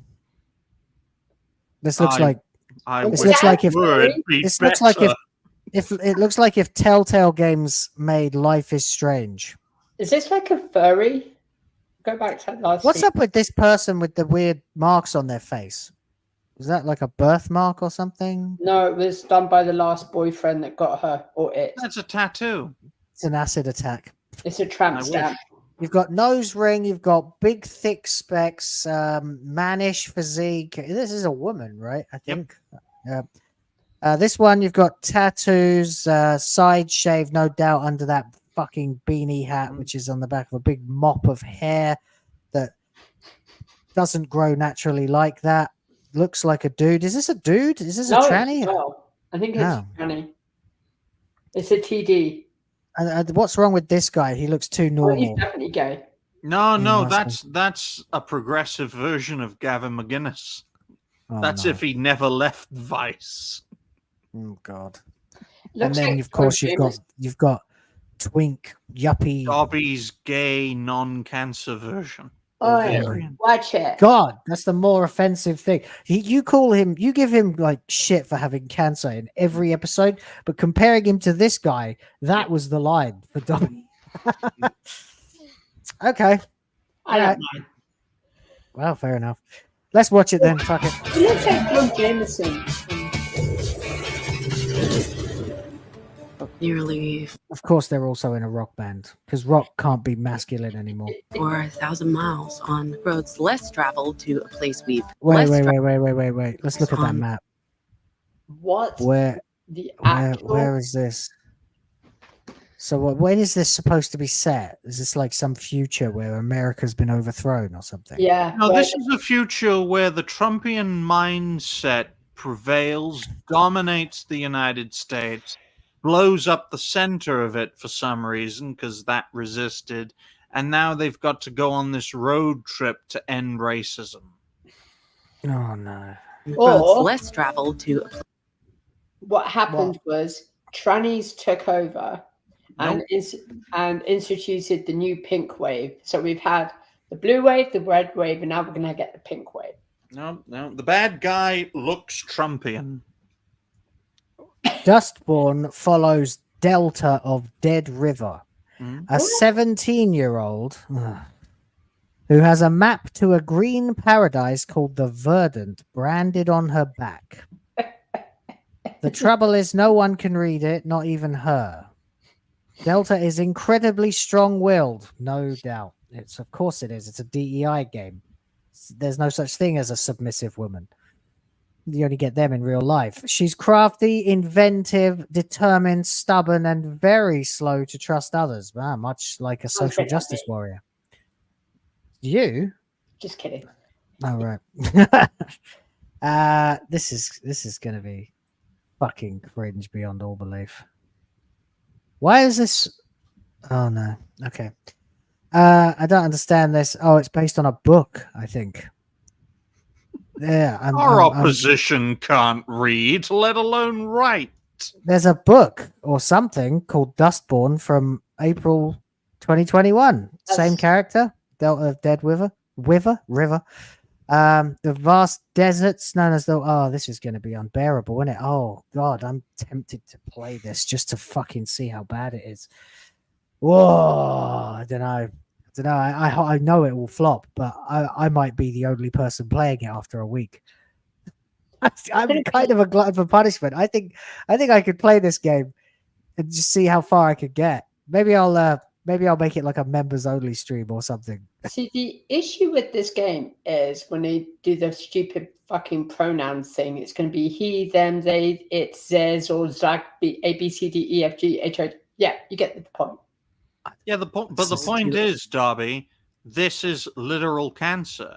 It doesn't need anything to survive and to continue. This is just the latest example of a phenomenon that is spreading throughout the games industry like a cancer. We can laugh at it, we can condemn it, but it doesn't kill it. I mean, when your house is full of rats, you don't call a fucking clown, you call pest control. And that's exactly what the games industry needs. It doesn't need a clown to laugh at. It needs a pest control system to exterminate this filth and make games great again. Kill it with fire. No. It's make games about gaming again. Make all games about gaming again. Magaga. Which you can buy on a t-shirt at my merch store if you are so inclined. Someone did request that at one point, so I actually made it. Yeah, actually, just before we carry on, James Opper's done another $5 redo, and thank you very much. Says on a sidebar, Black Myth Wukong releases next week and released benchmark tool today that has broke 85,000 users. Fuck me. That's impressive. Oh, I didn't realize that was coming out so soon. Now I have to think about things. Damn. I kind of wanted to play that when I saw the trailer. It looked good. I'm going to have to think about that. Well, thank you anyway, James.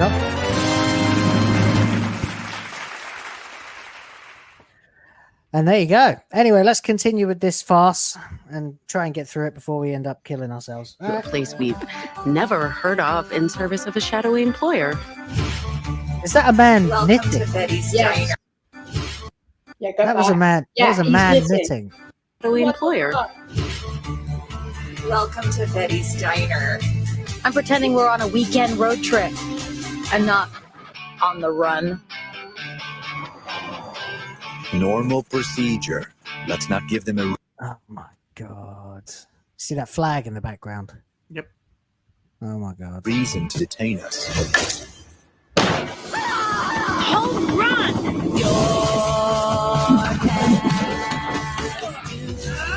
This looks terrible.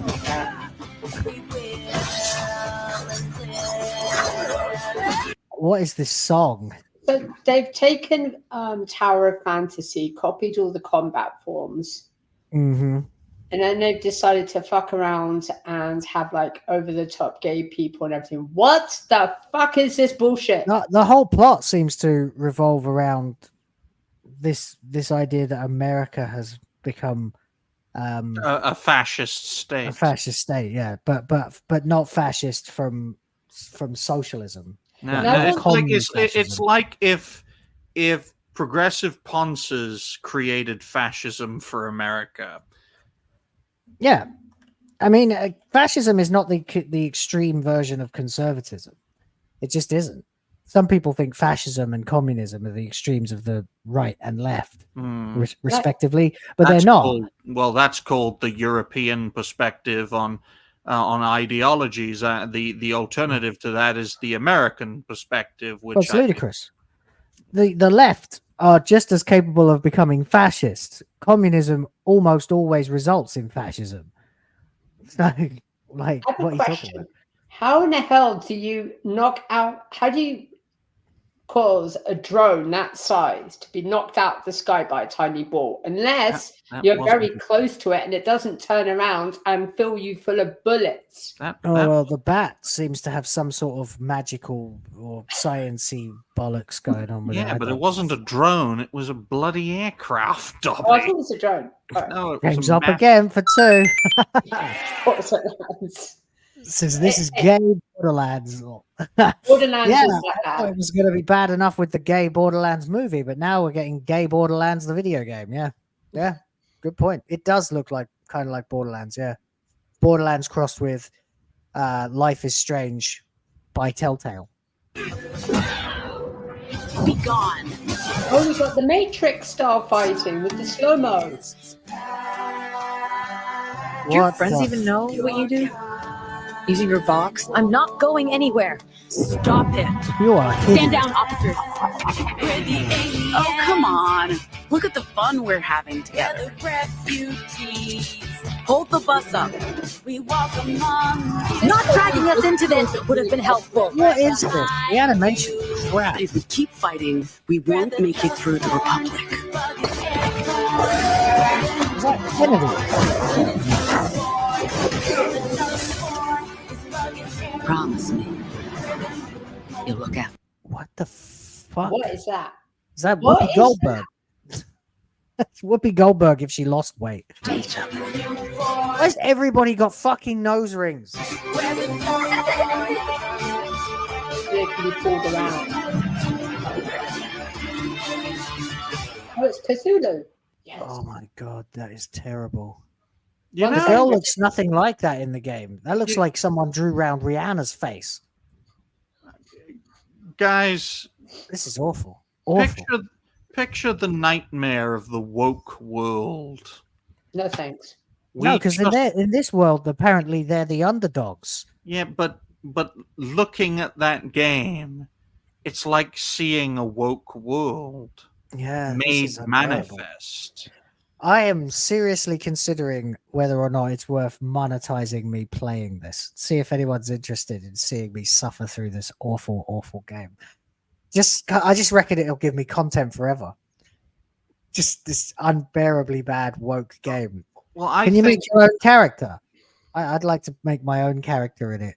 well, you're going to give him inspiration. I'll call him Hugh White Supremovich. I mean, you're giving them inspiration for an update, Will. I think Dustborn will go the way of Flintlock and Concord in that Of course it will be a dead-on arrival project that barely anyone will play, and more people will end up watching SNH for a week than they will play a game like Dustborn or Concord or Flintlock. The greatest insult you can give to filth like this is to just fucking ignore it. Because if nobody plays it, or very few people play it, at their peak capacity, which is usually the first week, then what better way to condemn these fuckers than for people to make videos or to write articles saying peak woke game that no one ever played. Peak playership on Steam, 0. Dustborn trailer, aka SJW, cringe the game. Christ, even fucking Reddit agrees with us. Jeez. It's too woke for Reddit. It's going to crash Reddit. Yeah, this will die. This will die a terrible, terrible death. This will. You know what they probably created it is to troll everyone during the election year. It's kind of like, hey, we're going to troll you with even more woke bullshit. The only good thing about this game is that it has created a woke world. If you want to picture a woke world that your kids, grandkids, and great-grandkids... But it's not woke world, is it? We're living in woke world. This is the world where the woke lost, isn't it, according to you? But it was created by the woke. I mean, they're the woke underdogs trying to make the world woke. But they gaslight their opposition to oblivion, Will. They paint themselves as the victims when they're truly the oppressors. If they build their own reality and build their own world, of course they're going to paint themselves as the fucking underdogs while really being the ones in charge. So I think the one good thing about this game is that it showcases what the world, the real world, would be like if every single thing was conceived by the woke mind virus. Every person, every generation. Well, it's just what you're saying. This person here said, so the protagonist uses words to influence others and make them woke like a mind virus. Yeah. It's like an activist power fantasy. Why do I get the feeling the protagonist is going to be abusive at some point, never apologize or get told they should be sorry, and then continue on like they're the best person ever? Because that's what these people are like. They do literally make a woman pull a gun on a guy at the bar because he has no respect for you at all. Sorry, Rev, what were you going to say, mate? No, it's just that point. It's like they always play the victim, and it's like they don't care who they kind of walk over, because if you say anything, oh my gosh, you're victimizing me. This is unbearable.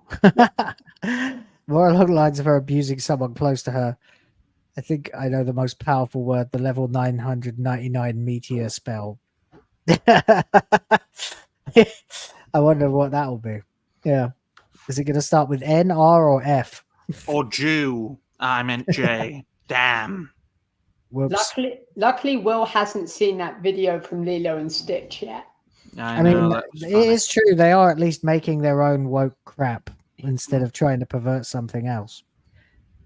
But, oh dear, oh dear. Oh, did you see though, Will, a teaser trailer for Lilo and Stitch remake created by Disney had Stitch coming out of the poster and just saying the N-word.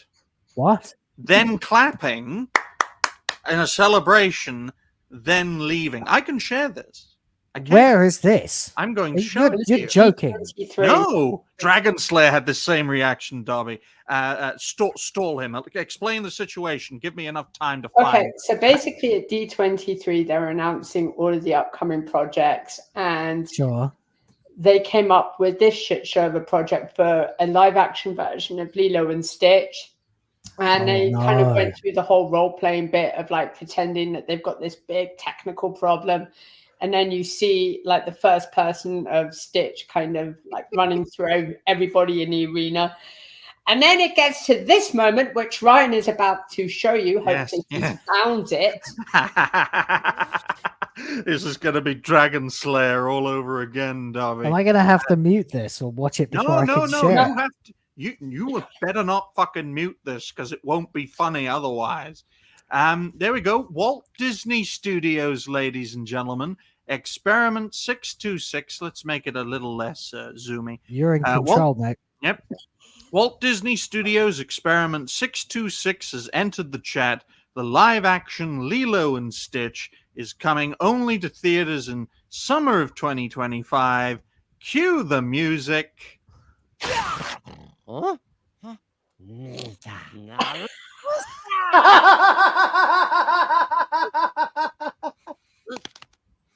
And Will, that was Lilo. I mean Stitch's reaction too.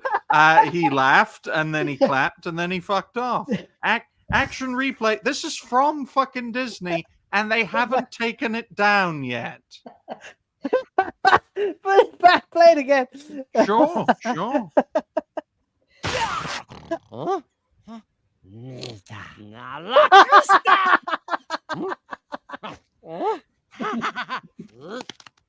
And as I said before to Dragon Slayer, the funniest thing about it is that after he says it, he actual surprise, then he claps, then he fucks off. No. Yeah. Oh my god.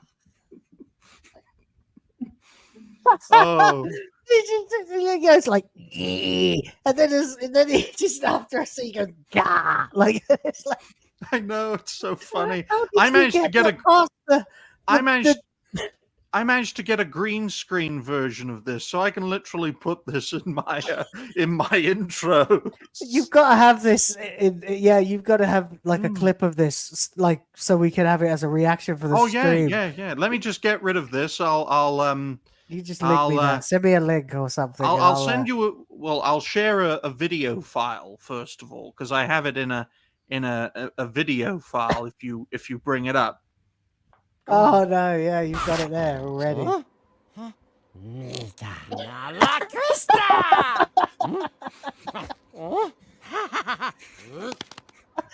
Oh man, I think I like that even better than Atreus's thing that he does where he's got the Sega sound but with an N at the start instead.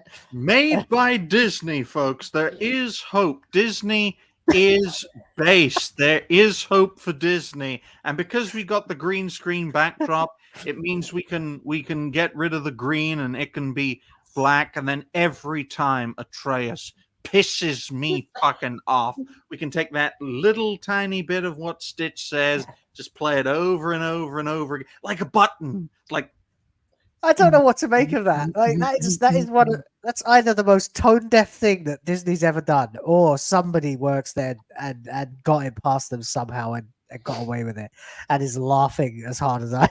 Dobby, I forgot to write down the timestamp. So how long was this section? About 5 to 6 minutes? Because I managed to do the same with Dragon Slayer, and he fucking laughed his head off. 6 minutes. So that's an hour 50 minutes or an hour to 51 minutes. It was somewhere around the 150 mark. Yeah. Oh my god. See the kind of quality you guys get, the kind of quality entertainment that you guys get on this show. WTF Live. Go green today. Join the Griff Force. It's worth it. You can see.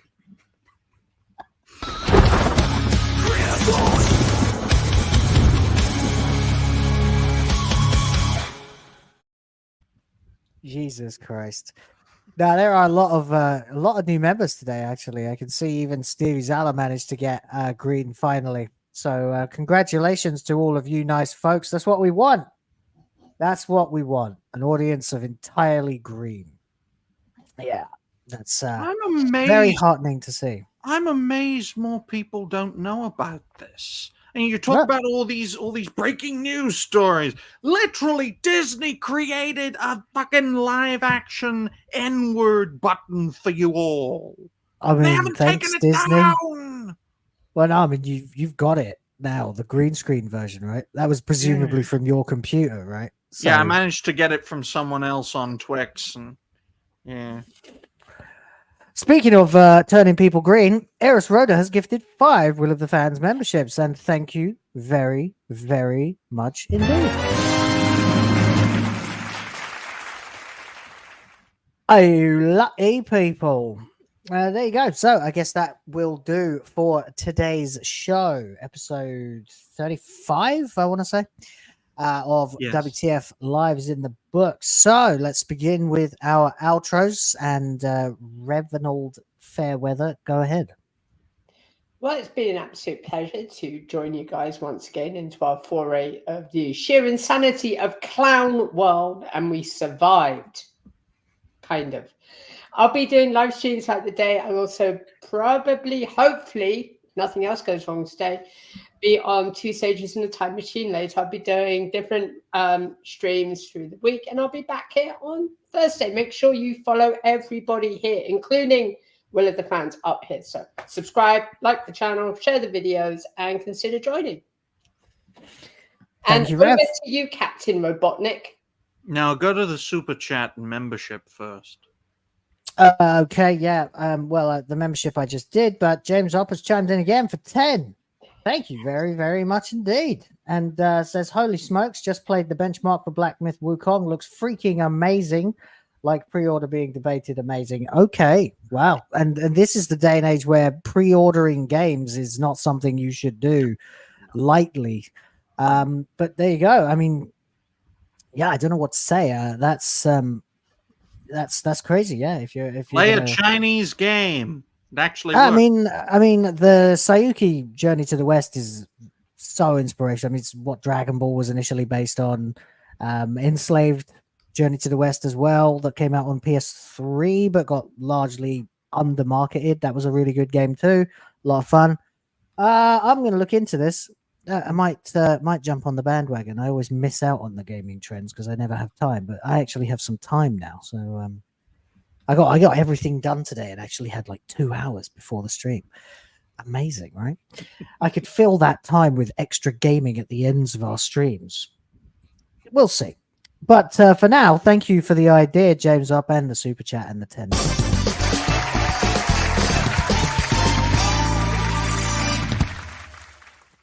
Ryan, you're up.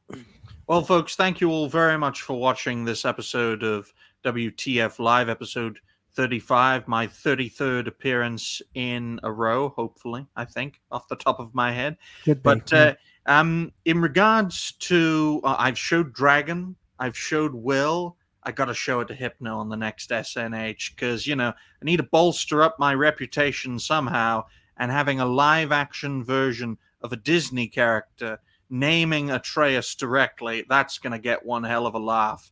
If it worked on the Tangent Kings, if it worked on WTF Live, it's sure as hell going to work on the 2nd anniversary of Saturday Night Hypnosis.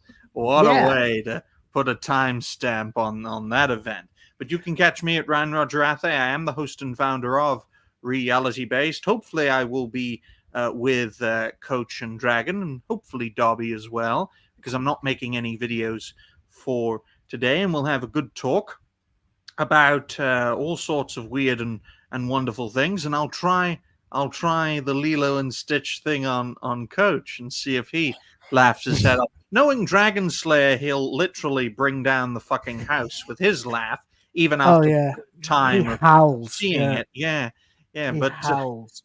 I laugh loud, but he laughs crazy loud. But thank you all very much for watching, and check out all my videos and shows. We've made quite a lot this August so far.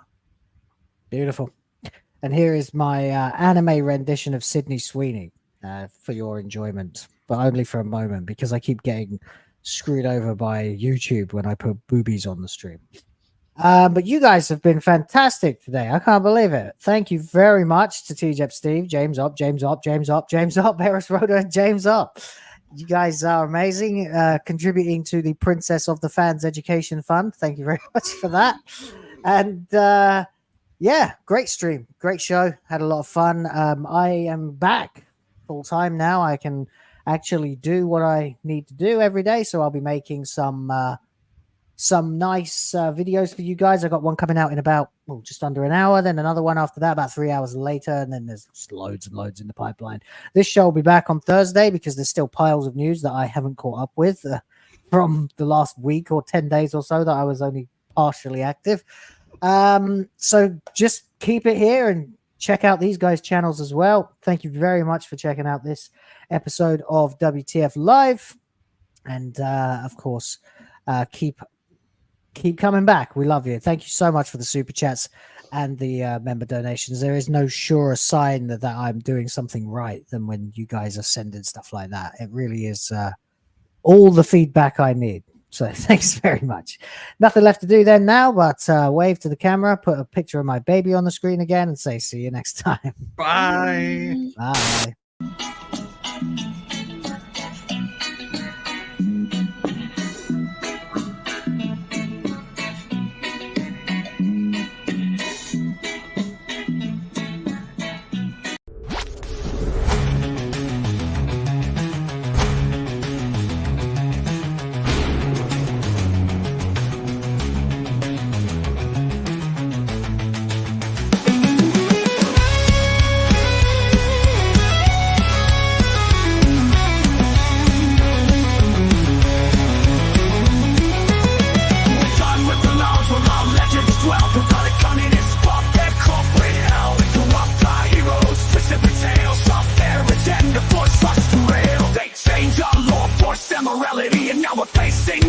mortality. They lost the plot, we'll take a stand. These corporations must perish when we claim our land. Enough is enough, we've drawn the line. We'll take back our stories of